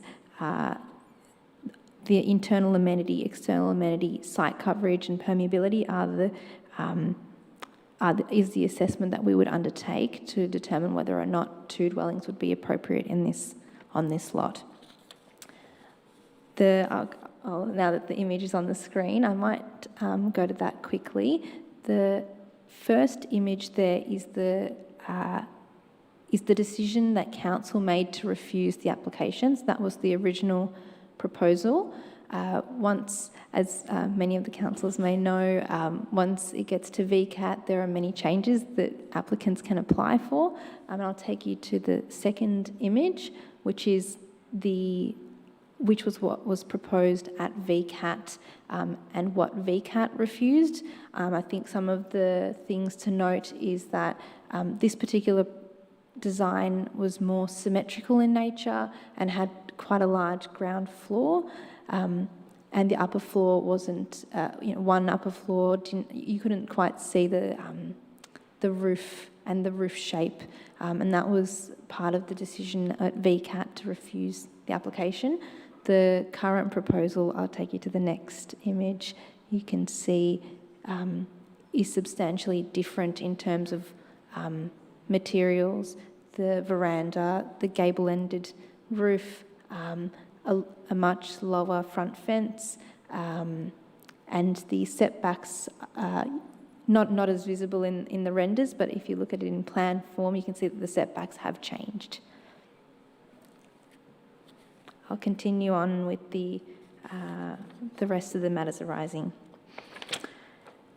With respect to the facade heights that was raised and massing that was raised by several of the objectors, I'd like to note that the proposal seeks to construct the first floor with a setback of 12.5 metres and 14 metres from the front boundary. This adheres to the VCAT decision, which recommended a setback in line with number 6 Waterloo Street, and that's what has been proposed in this instance. In terms of massing, the existing building, I'd like to note, has a similar width to the proposed building. So in terms of side setbacks, I believe it was raised by one of the objectors, the side setbacks of 2 metres is similar to that of the existing dwelling, which has a side setback of 2 metres and 2.36 metres. In terms of the appearance of the dwelling as 2, and this one note was made in terms of the basement driveways, so 2 basement driveways. I believe one of the objectors noted that the site has a frontage of 35 metres, but it is actually 27 metres, which is typically longer than or wider than a typical lot along Waterloo Street. So the average lot size on Waterloo Street is about 15 metres, and you would see that on a lot of dwellings in Burundara. You'd have a single crossover. In this instance, they've proposed 2 crossovers because of that wider frontage. To reduce the visibility or to reduce the impact of those basement ramps, conditions were added to add some textured finish and planting to those walls. I'd like to take you now to the design of the dwellings, and several design cues of this particular proposal is different to that of the previous proposal in terms of the gable end, as I've mentioned, the veranda, which would take cues of the Victorian dwellings along Waterloo Street, upper floor setbacks and articulation, to integrate with the neighbouring contributory dwellings along Waterloo Street. As Mr Chamberlain mentioned earlier, a condition was recommended to revise the materiality of the roof to be tiled.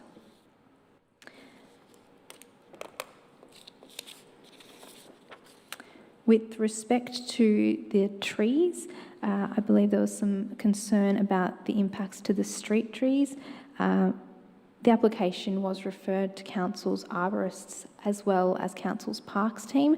I'd probably like to note that this particular street has the plane trees on Waterloo Street are on the significant tree register, so they were assessed quite carefully in this instance. The impact of the trees would be less than 10% encroachment, which is in line with the Australian standards for protection of trees, and conditions have been included to have some tree protection zones for those trees during the construction stage. I think that's all. Thank you, Chair. Thank you, Mr. Silva. Councillors, are there any questions for officers? I have Councillor Thompson, followed by Councillor Hollingsworth. Thank you, Chair. Through you to the officers. Just a couple of questions. I've read through the conditions on the plan. First one, tree 11, which is the adjoining property to the north. There's a tree protection zone for, I recall, 7% encroachment. Have our council officers taken into consideration that that tree protection zone has been calculated to the vertical wall of the ramp to the basement, whereas there would actually be excavation behind that for the structure of the ramp? It's distinctly different interpretation to say the street trees out the front, which is really just a pavement over the top. So are you comfortable with the 7%, or should it actually be more than that? Council's arborists would have assessed any impacts of those trees. I suspect that if it was any more encroachment, it would be no more than 10% in total, and that is under the Australian standards acceptable in terms of encroachment to any trees. There are structures in that location currently and paving, and that may have been part of the decision that the impact of that tree may not be substantial. Thank you for that response. My next one comes to Standard B6 as it's interpreted in the state planning scheme. The property to the north of the site has a site setback of 8.6 metres. The property to the south of the site has a setback of 9.5, and you've got a condition of 8.2. The way I interpret that standard, we should be seeking about 9.05 or 9 metres as a minimum, if I understand the standard correctly. Is that your understanding too? The dwelling to the south, it's not shown as clearly, but when we calculate the front wall of a dwelling, it's not the substantial front setback, it is the front wall. So in this particular instance, the front wall of the dwelling at number 6 is actually 7.8 metres. That's in the planning assessment report as well. So there is an 8.6 metre setback for the dwelling to the north at number 2. However, the setback to the dwelling at number 6 is 7.8 metres. This was discussed at the VCAT hearing as well, and the tribunal member agreed that the gable formed part of that front setback, even though there is a portion of the dwelling that is further back. So the front wall, according to the standard, is 7.8 metres. 7.8. I can't see that referenced on any of the plans. Just, it's not clear. Certainly on the plan that it's referenced on has. Yes, I understand that, 9.5. Yes, I've done the recalculation of that to make sure that the setback is accurate, and I have scaled the plans and measured it to be 7.8 metres to the front of that gable. Okay, thank you. Next one, obviously deep soil planting. There's a request for a requirement for canopy tree, 49 square metres, and small trees of 12 square metres. Assuming the canopy tree sits towards the rear of the land, and hence the site's the reduction in the side or the back rear setback, and the reduction of the obviously the swimming pool. No, I Am I- believe the canopy tree requirement, the large canopy tree, was for the front of the land, not to the rear of the land. So the And- smaller canopy trees would be at the rear. At the rear, thank you. And is it one canopy tree per unit, or is it one canopy tree for the development itself? One canopy tree per dwelling, yeah, Is- per secluded private open space area at the rear. Per dwelling. Per dwelling, or for the development itself? Per dwelling. Per dwelling, okay, thank you. And the last one, just in relation to your image with the first VCAT, sorry, not the first application, Contemporary Townhouse, when was that considered by council?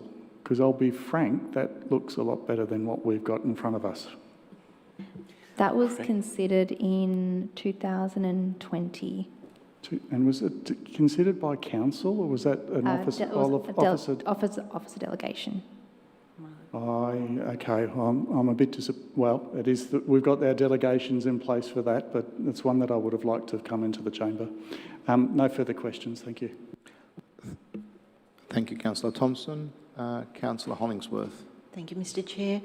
Mr. Silver, I just wanted to ask, and I don't know if it's easy for you to bring the render of the front profile up again on the screen. Thank you. So with the southern vertical wall, is there any consideration to screening, whether it could grow down over the, from the top growing down? Just, I sense from some of the residents' concerns, it's the dominance of the property, and I just wondered if some of those walls could be softened with some planting, which may alleviate some of the concerns to make it look less broad, if that makes sense. Do you mean from the roof? So that's a pergola type structure above, is that correct? On which side? I believe it's the southern. Sorry, on which side are you the right-hand So side? at ground level, the vertical wall, it's Yep. got the two red planter pots in front of it. And it's just a plain vertical wall. Oh, I see. Yeah. I'll have a look at the plans.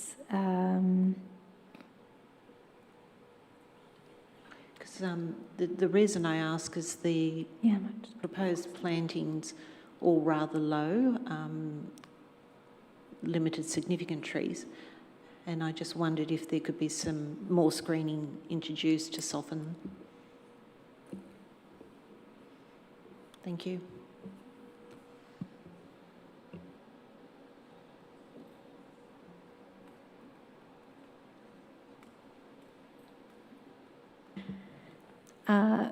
That particular location is only roof space. At the moment, there's some solar panels in that location proposed. I think the issue that you would have with adding planter boxes on roofs where it's not trafficable is that you wouldn't be able to maintain it. The plants would likely die because you're not there to water it. There are sections that they have proposed planters on the terrace, which is at the top, and that's adjacent.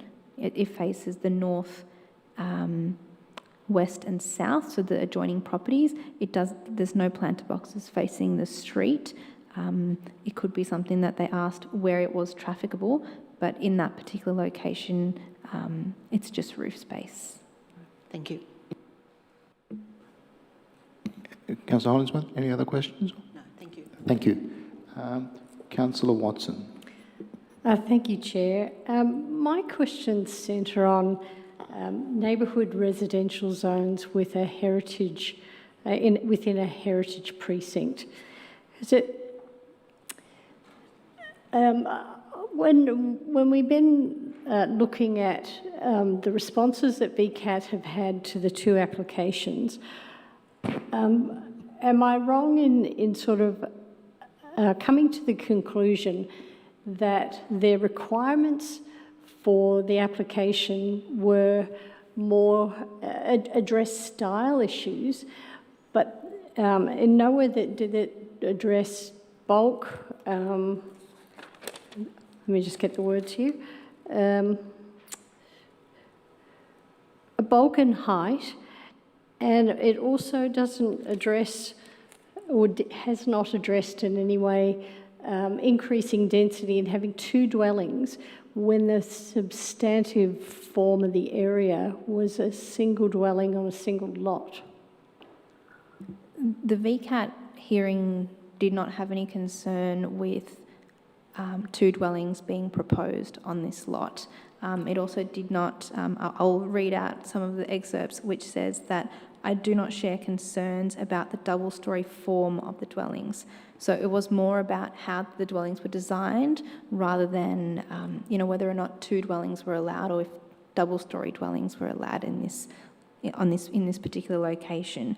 In terms of the changes that they have made, there are changes to setbacks from the street, from the sides, and this is all to address the concerns of VCAT. So the applicants went through each of the concerns that were raised to come up with a design that addressed those concerns. Thank you very much. Thank you, Councillor Watson. Councillor Franco, you're next. Thank you, Chair.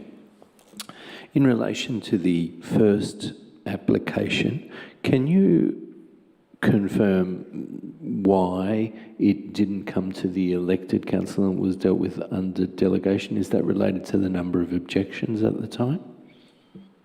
It was refused, Councillor Franco. So if a refusal doesn't come to the chamber for a decision, it also received several objections, over 13 objections, and there were similar issues in terms of facade heights, double-storey facade that we wouldn't support in this location, windows that were unsympathetic to the neighbouring contributory buildings, massing.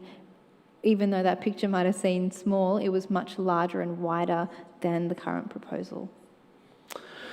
Thank you. Question in relation to the section on demolition, which is on page 20 or page 103. And this question might be more appropriate for the director to answer. Sorry, I'm just trying to bring it up.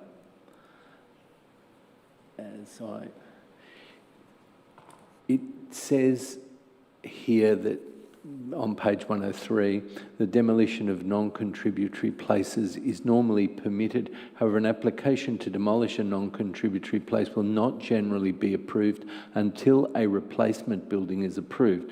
At the last UPDC, the director might recall the issue of demolition of existing properties prior to issuing a permit. Councillor Frankel, is the question in relation to this particular property? Yes. Or, so okay. Why in this case does it state that demolition of a non-contributory place will not generally be approved until a replacement building is approved? Through yourself, Chair, happy to clarify the difference between the application at the last UPDC meeting and this one, and the very big difference is that this one has a heritage overlay over it, so the heritage policy kicks into place. The proposal 2 weeks ago that I think you're referring to, the planning application in that situation, had no heritage overlay over the property. The heritage overlay doesn't kick in, and therefore there is no basis for preventing a demolition of a dwelling in that situation where there's no heritage overlay. Thank you. Yes, I think that was helpful to clarify that point because it, in relation to orientation, I'd appreciate an explanation on page 21. Bear with me, I'll put it in. I'll summarise. I'll try and summarise, but you'll have to just bear with me. So on page 21, there's a reference to the orientation of the site, and also on page 38, and also on page 77. And without reading and looking up the page references, in one section it says that the orientation of the house, given the heritage precinct, even though it's not contributory, should be designed to orient in alignment or sympathetically to other heritage properties on the street. In another section, I think it's page 77, it says it should be orientated along ESD principles. And I'm just curious, they're not written in the same section. They're potentially conflicting orientation advice, and which one takes precedence in this case? Through you, Chair, in terms of the orientation of buildings, we assess them equally. There's two different policies. In this particular instance, not every lot faces north, and you don't have the benefit that every lot has, and we can't have this particular dwelling facing the back of the street. So they would have to design a proposal that still met ESD principles regardless of that orientation. So in this particular instance, they may have taken on other features of the building to allow light into the building that might not have to do with orientation. So it's likely that the dwelling to the north has a better orientation than the dwelling to the south, and that might be a compromise that they've had to make because of the site layout. Thanks. And one final question on ESD. Why is there no segment in the report that addresses ESD? I did note on the plans, stamped on the plans, that the proposed development will be 6.5 star compliant, but I couldn't find any paragraph in the report or paragraphs properly addressing ESD. I mean, I did find some anti-solar panel references and the like, but and it's odd to me that this isn't being picked up in the report compared to, say, the emphasis on heritage elements, which is infused throughout the report. Through you, Chair, this application, there was a BESS assessment submitted, which includes a sustainable assessment of the proposal, and that did comply. It may have been omitted from the planning assessment report, but it was submitted, and there would be no changes required to the proposal to address any further ESD requirements. Thank you. Thank you, Councillor Franco. Councillor Park, you're next. Thank you. Councillor Thompson made reference to a mock-up photo. Could we just bring that up again?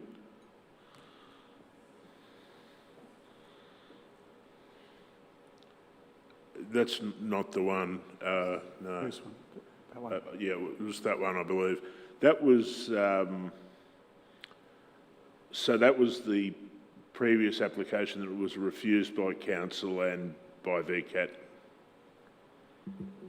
Through you, Chair, this was refused by council, but by the delegate, and then it was subsequently amended at VCAT to the second image. If you just scroll down, please. At VCAT, the applicants made a number of changes and formally amended plans, and got to this design, which was the decision from VCAT was made based on these plans, not the original plans. Okay, thank you. Well, I mean, for what it's worth, I made the same comment that Councillor Thompson did to Councillor Watson. I actually, I think that was a vastly better design, but anyway, we have to deal with what's before us. Thank you. Thank you, Councillor Park. Councillor Sinfield. Thank you, Chair. Through you and to officers, I'm drawn to a question based upon page 130 of our report, or 47 in the digital version. And I'm wondering if it's usual to accept plans without the full extent of trees, particularly neighbouring trees, being reflected on those plans.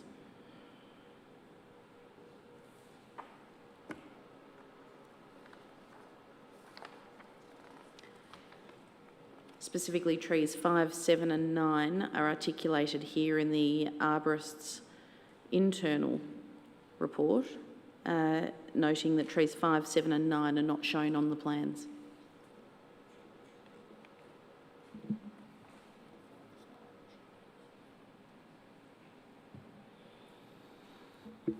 Sorry, could you clarify the page number? Page 130.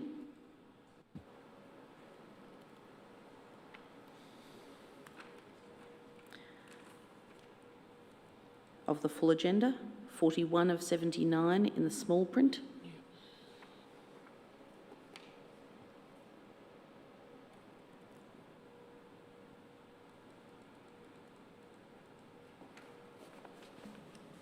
I'm not sure why they're not shown on the plans. The arborists haven't raised any concerns. It could be that they're not within the vicinity of the plan that was drawn. It could be that the arborist has taken trees within a 10-metre radius of the site, but the plans aren't, are a different scale. That could be the reason that the plans aren't, the trees aren't shown on those plans. So with respect, and again through you, Chair, the report here says, in relation to neighbouring trees, trees 5, 7 and 9 are not shown on the plans. Development impacts are therefore based upon their estimated locations. It then goes on to talk about, and I think Councillor Thompson referenced one of these earlier, tree 5 causes an encroachment to the TPZ of 23%, tree 7 less than 10%, tree 8 25%, tree 9 not listed, tree 11 7%. So they're obviously sufficiently close to the boundary to cause an encroachment. So back to my original question, is it usual to accept a proposal that does not take into consideration and identify the neighbouring trees?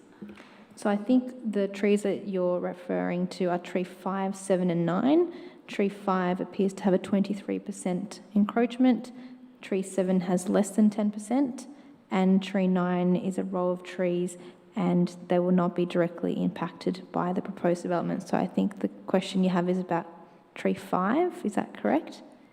No, my question was, is it usual to accept plans that do not show the trees, the neighbouring trees on them? The arborist's comment here is that trees 5, 7 and 9 are not shown on the plans.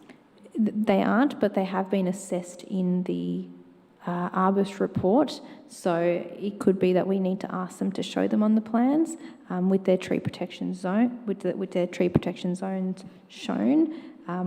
Nevertheless, they have been assessed, regardless of whether or not they're shown on the plans. I understand that. My question was more about whether it's usual to accept plans that do not identify those trees. We can always accept the plans. Whether or not I've omitted assessing that they were definitely shown on the plans, I think in this instance, I've obviously not asked for them to show it. Nevertheless, they have been assessed. Mr Walker, you want to say something? Perhaps just to address that issue, there's always a judgment that needs to be made as to the extent of information that's needed for an assessment for the proposal that's before us. Now, there's no absolute requirement or rule in relation to trees on an adjoining property.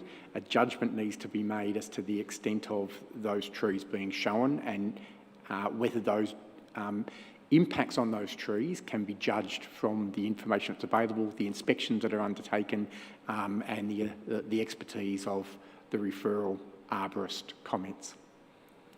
Thanks, Mr Walker. And a follow-up, if I may, please, Chair. And it's just in relation to tree 8. I'm wondering if officers could advise me if the extent of the encroachment is likely or otherwise to cause significant damage to the tree.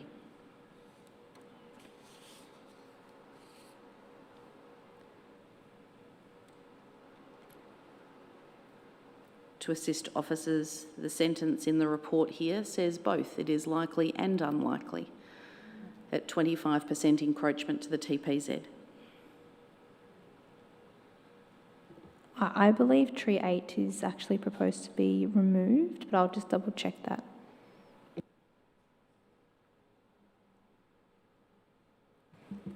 Tree 8 is proposed to be removed. And a follow-up, if I may, Chair, is that removal... I'll leave it there. Thank you. I've answered my own question. Thank you, Councillor Sinfield. Councillor Biggar. Yep, thank you. I had a number of tree questions, which I think Councillor Sinfield has answered. I guess my last remaining question is just and I know it may feel a bit like we're looping back, but I would just appreciate officers' view on how specifically you see this proposal, the one in front of us, because that's the only one we're thinking about, as in keeping with neighbourhood character. Because obviously we're seeing this is a progression, and I'm trying to understand exactly how, in officers' minds, this has progressed to be, what elements of it are now in keeping with neighbourhood character, which potentially weren't previously. Because I'm not.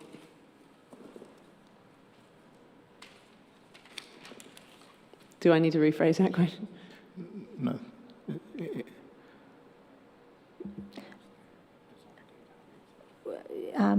Are you okay for me to answer it in the way that, how is this acceptable from a neighbourhood character perspective? Is that your question? Yes, in your view, I would like to hear, I suppose in your view, why you see this as acceptable from a neighbourhood character perspective. Sure. This particular proposal, we have to balance both heritage and neighbourhood character. There are several double-storey dwellings along this street, and I think that's one thing to first note. This isn't the first double-storey dwelling on the street. The dwelling to the north, or the site to the north, does have a double-storey component to it. The opposite side of the road has several double-storey dwellings. There are features of the proposal that have been taken as cues from other dwellings along Waterloo Street. So in terms of built form, the gable-ended roof, the verandas, materials, those all contribute to neighbourhood character. In terms of the two dwellings on the street, or two dwellings proposed, I guess that's something that would change the neighbourhood character of this area, but how we assess it is we undertake an assessment of what we have in front of us. In this particular instance, they've designed these dwellings to appear as a single dwelling. So that is to try and be in keeping with the neighbourhood character that we can see along Waterloo Street. Just a follow-up question. Would there, I don't know if you know the answer to this, but would there be any other single dwellings with two driveways on the street? In this, as I mentioned earlier, this particular site has a wider frontage than any other single dwelling on this street. So the other dwellings have frontages of approximately 14.5 to 16 metres. This has 27 metres. So if you do walk along Waterloo Street, you'll notice that this frontage is a lot wider than any of the other frontages, and this helps to allow for those two driveways in this instance. Okay, thank you. Thank you. Councillor Thompson. I do apologise, Chair. I had one question that I didn't get to ask. Officers, did this go through our urban designer? I can't find any urban design comments. This did not go through the urban designer. There are some applications that we do take to urban designer. This was more a heritage application that was, the primary concern in this instance, so we didn't take it to the urban designer. Do you recall whether the initial application went through the urban designer? No, that did not go through the urban designer. Further question, and I think, this might come out in debate, but I think one of the challenges with this site is the breadth of this site, interpreting it on the neighbourhood character about a single dwelling. It reads, how have officers assessed the breadth of the site and the dominance of a single dwelling in accordance with the neighbourhood character when it is so, if I talk about the fine grain of the street, it's so not in keeping with the fine grain of the street? Yep, so in this particular instance, the existing dwelling is just as wide as the proposed two buildings. So in terms of the width of the building, it's actually the same. It does go a bit further. It is double storey on one side, whereas the existing dwelling is single storey on one side, but it does have the same width. So in terms of massing, it's a small portion on the northern side that would be different to what's there now. So I guess it is a very unusual site, and I think we do agree that it was a difficult assessment, but you do have to balance the constraints of the site with planning policy and what we should be looking for on these larger lots. Thank you, Councillor Thompson. Councillor Holmes, we have one more question. Thank you, and it'll be a quick one. Just continuing on with regard to the concern about the palm tree, the existing palm tree in the front. It was explained by Mr Chamberlain that the intent is to relocate it to the rear, and I'm just looking at the ground floor plan, and obviously with the pool and spa, the laundry doors going out into what appears to be green space. I just can't see how a large palm tree could be sustained in any of that area. It's proposed to be relocated to the front, not to the rear. So there's a notation that says relocated palm tree right at the front of the site. But it's not drawn in the... Yep, it's drawn as a circle, and it says relocated palm tree on the ground floor in front of townhouse 4A. Which is the one with the gable roof, is that correct?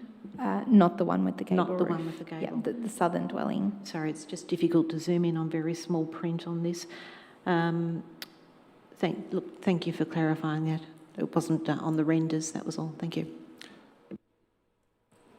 Councillor Watson, you. Thank you for your indulgence, Chair, for a follow-up questions. Just following off the back of a question that Councillor Thompson raised about the frontage of the site. I forgot to ask when it was my time to do so. Is this is sort of representative, atypical, not typical of the area. What's the typical frontage of neighbouring properties in the street? Do we know, just ballpark, is this twice as big or? Yeah, I mentioned earlier that the average lot size on the street is between 14.5 to 16 metres. So this is 27 metres, so almost double the width. So give or take 1.5 metres per lot, or 3 metres in total. It would be in each lot would have roughly of the proposal would be almost 15 metres each anyway. So it'll be 14 or 13.5 metres per lot. So it essentially presents like a double block. Thank you. And my apologies for not picking up that you had given us that information earlier. Okay, I think we've exhausted the questions. Councillors, there being no further questions, I'm in search of a motion. Councillor Gillies, thank you. Thank you, Chair. I wish to test a refusal. If we could take a few moments, pause, please, for officers to draft something appropriate for the screen.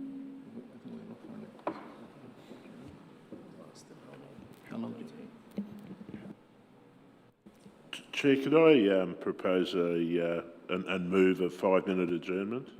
I was about to do the same thing, but just I'm searching for a motion. Then I guess Councillor Thompson. Happy to move a motion for an adjournment. Councillor Park.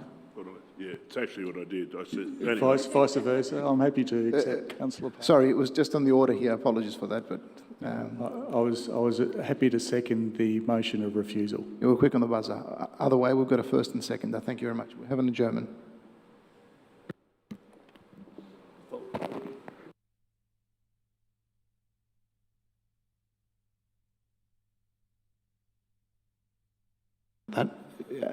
Now, can I put the adjournment to a vote? Those in favour? We're adjourned.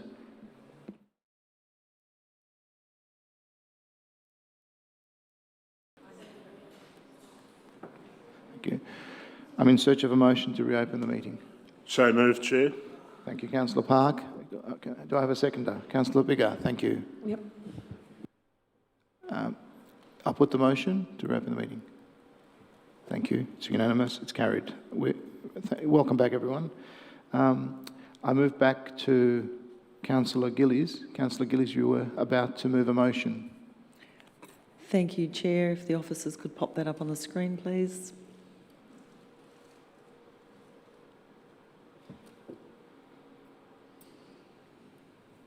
I give a few minutes for everybody to read it.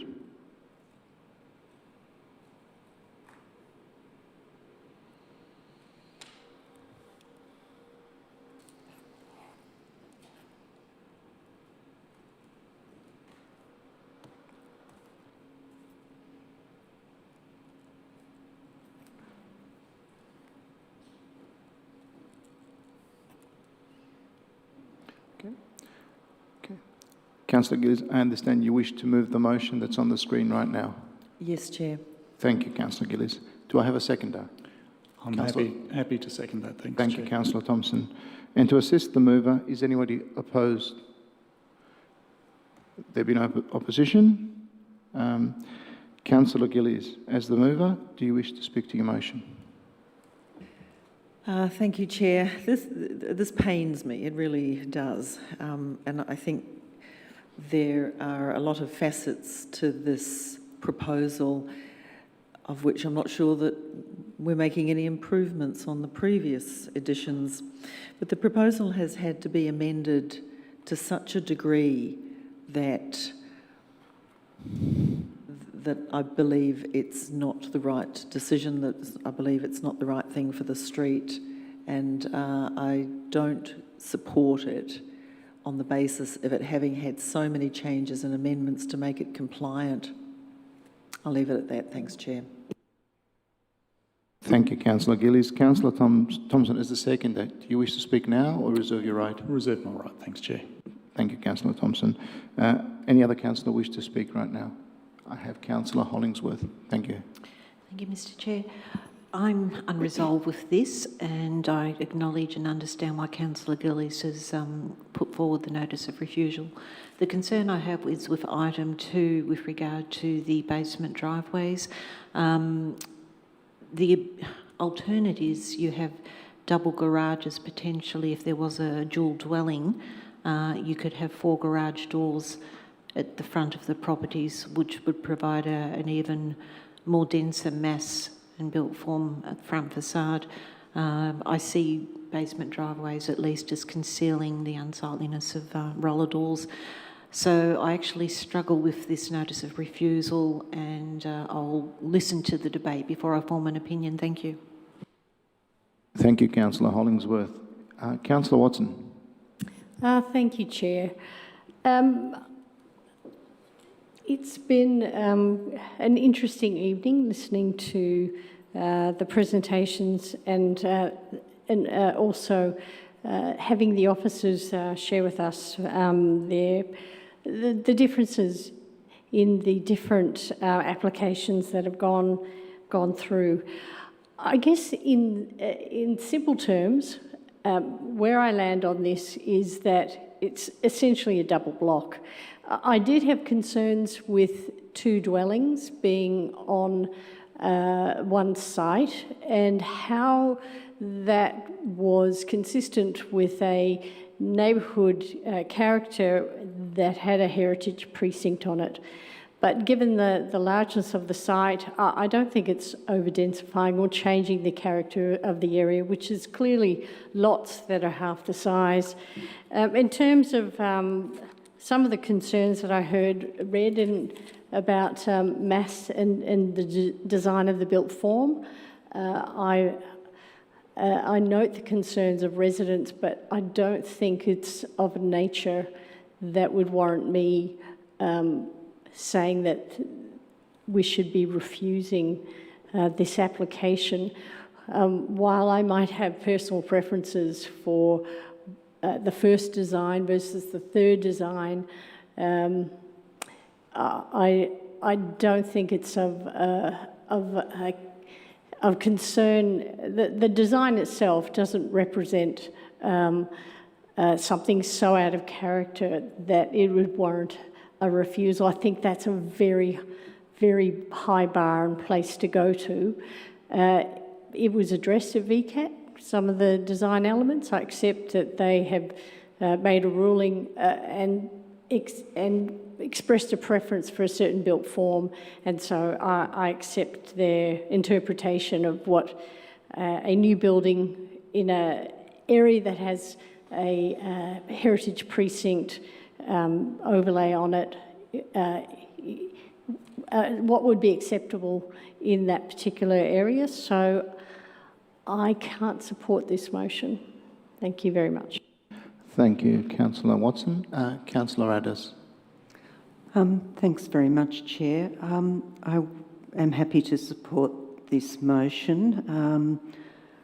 I acknowledge that, I don't know that it is such a big block. I acknowledge that it might be big for the street, but in some ways to me that worsens the effect because it's allowed it to accommodate a really very large mass of building.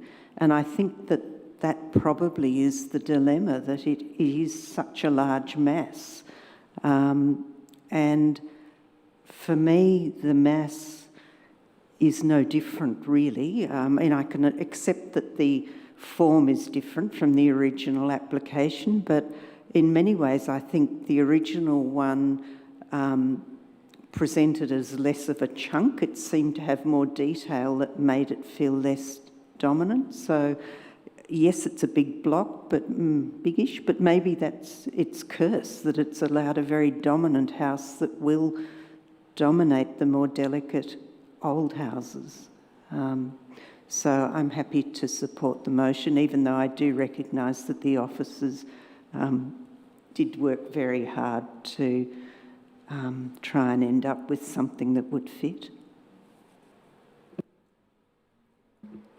Thank you, Councillor Addis. Councillor Sinfield. Thanks, Chair.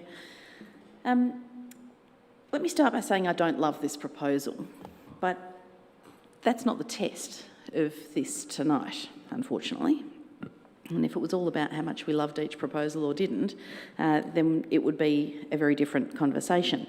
Like Councillor Hollingsworth, I'm somewhat unresolved on this matter, and I anguish over this decision because I can see both sides and I can hear the community loud and clear that this is not meeting their expectations and the rhythm of Waterloo Street.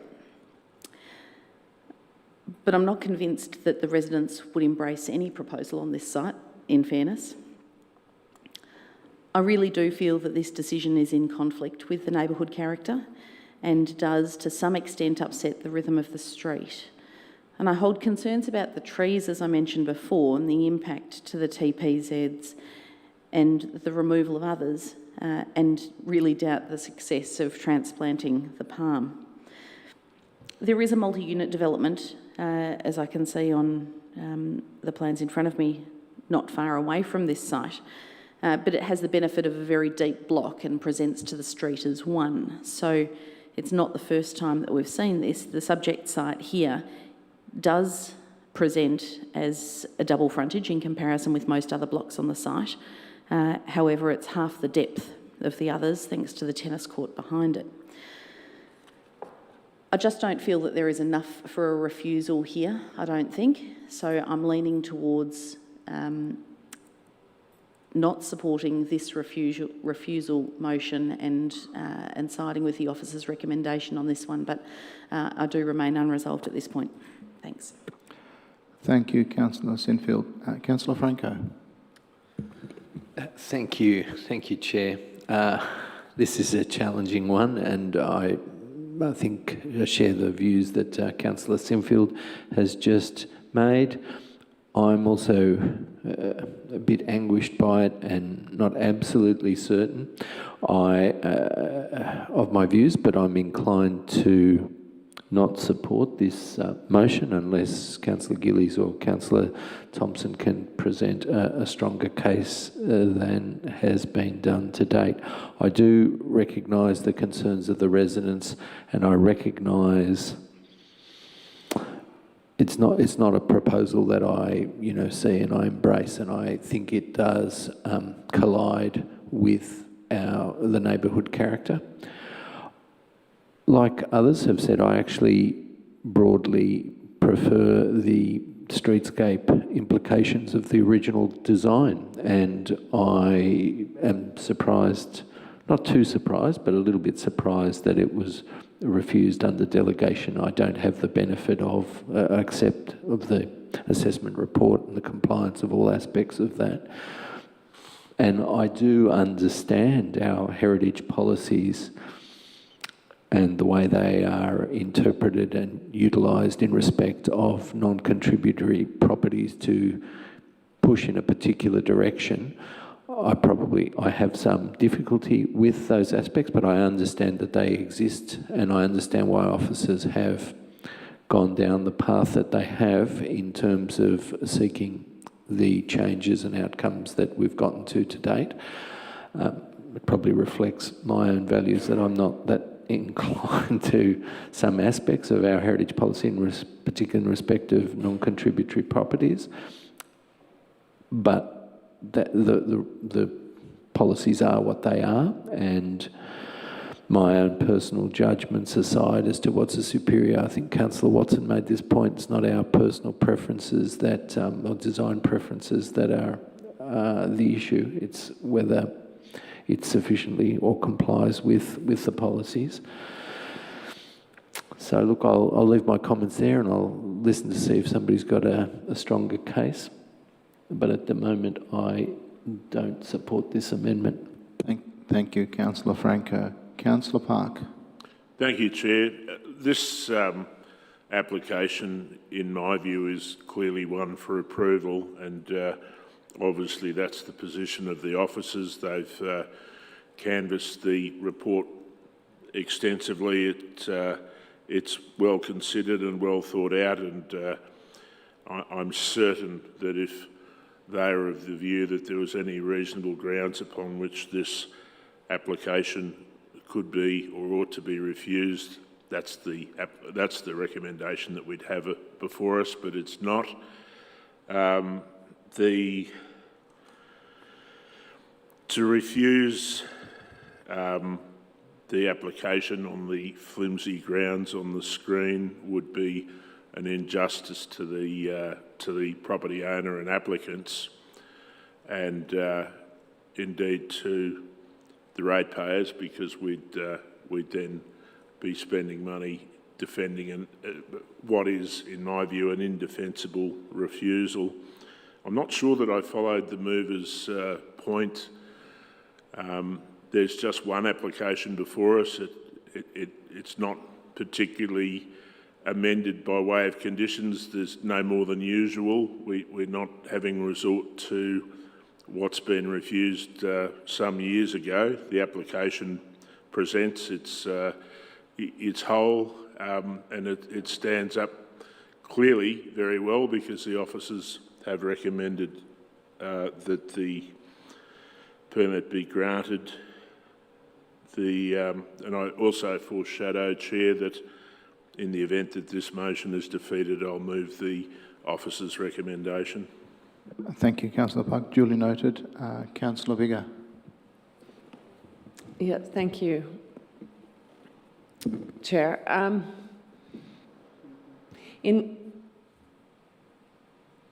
think, in my view, this proposal is just fundamentally not right for Waterloo Street.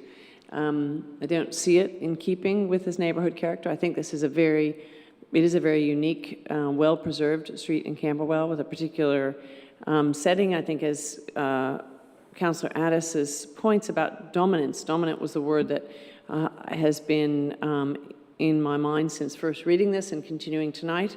And I think her point about the shallowness of the site relative to the others does mean that it effectively pushes it towards the street. And it will, we often talk about when things are gone, they're gone for good. Sometimes also when they're built, they can be built for good. And this street, this house will change the character of Waterloo Street, I believe. I think that when we talk about it, you know, presenting as one, two driveways, big, to me, it's not going to look like any other house on that street. And I recognize that I know the street well, and I know the house that's there currently. But this will have a dominance that I fear would be a mistake. I don't think we should attempt to crystal ball what will or won't be successful at VCAT. Never that gets us anywhere, really. And I think that even though obviously it's difficult for the applicant that this is not their first attempt to get it right. But I think we need to view, we need to view each application on its merits, and it's really irrelevant to what we have to decide tonight. And when I look at what we have in front of us tonight, though it's unfortunate to refuse it, I think it's what we need to do. I do not think that this proposal is right for Waterloo Street. Thank you, Councillor Vigor. Councillor Thompson. Thanks, Chair. I recognise this motion of Councillor Gillies may not actually be successful tonight, and I can understand there's two sides to how this is actually viewed, because there's a level of art in the interpretation, not everything, particularly when it comes to looking at neighbourhood character.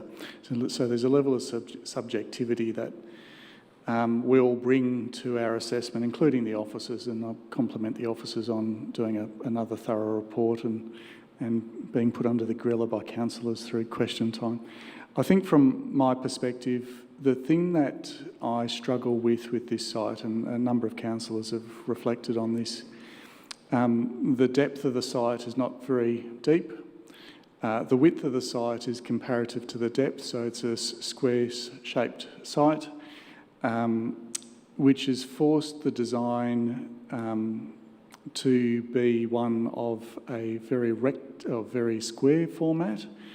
You usually see this sort of thing in a neighbourhood character being more rectilinear along the depth of the site, which then obviously assists with the fine grain streetscape frontage, whereas this one doesn't have that. And I think what I'm seeing here in my interpretation of the neighbourhood character applied to this site, I think there could have been a little bit more interpretation as to the scale of the impact. And this is not one that I think you can necessarily take the neighbourhood streetscape character and go, well, this is the solution for this site, because it's distinctly unusual compared to the Victorian terraces or the Victorian houses on either side, as well as across the road.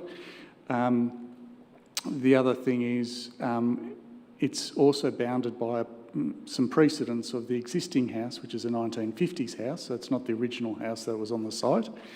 A 1950s house that appears to have started to be about 2/3 of the block width, and over time has grown, and therefore it's sort of grown, and with the developers taking the footprint of that building and applying it vertically.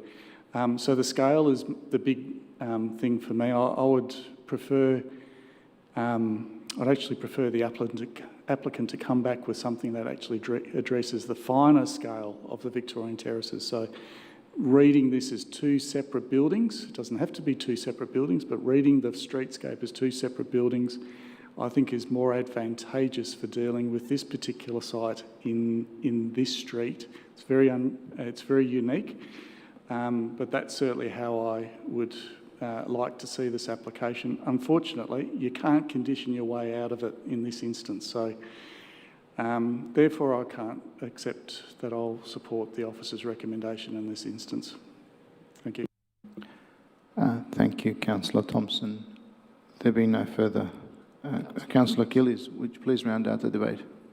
Thank you, Chair. I'll keep this very brief. A lot has been said, and I appreciate that this has brought forward good debate, and that's part of the mix of trying to get it right, not only with an application in front of us, but ultimately with the rules and regulations that we work to. This design, even with its amendments, I'm afraid struggles to achieve the heritage character of Waterloo Street. We've heard concerns about the trees, the mature palm, about scale, bulk and form, but I would like to acknowledge that the officers have worked very hard to achieve the best outcomes that they can. So I'd just like to make my appreciation known there. I will rest it there and leave it with you. Thank you, Chair. Thank you, Councillor Gillies. I will now put the motion. Those in favour? Those against? Well, it would seem that I'm at the casting vote. I am going to. Am I correct? Yeah. Given the debate and the contentiousness of the debate and the quality of the questions asked, I do appreciate and understand that the owners of the property would see it as potentially another delay and another hurdle to be incurred.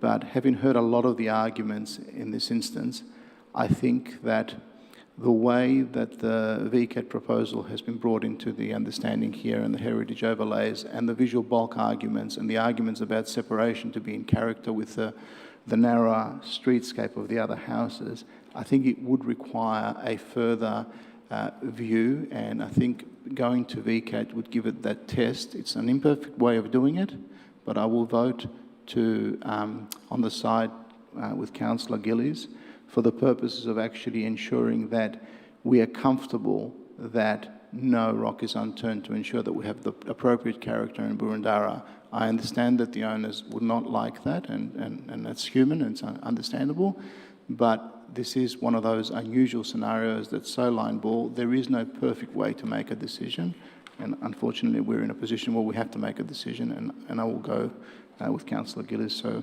that would mean that the motion would be carried, as I understand it. Thank you very much. Having now finished the main part of the business, we'll move on to general business. Councillors, are there any matters of general business? Councillor Thompson.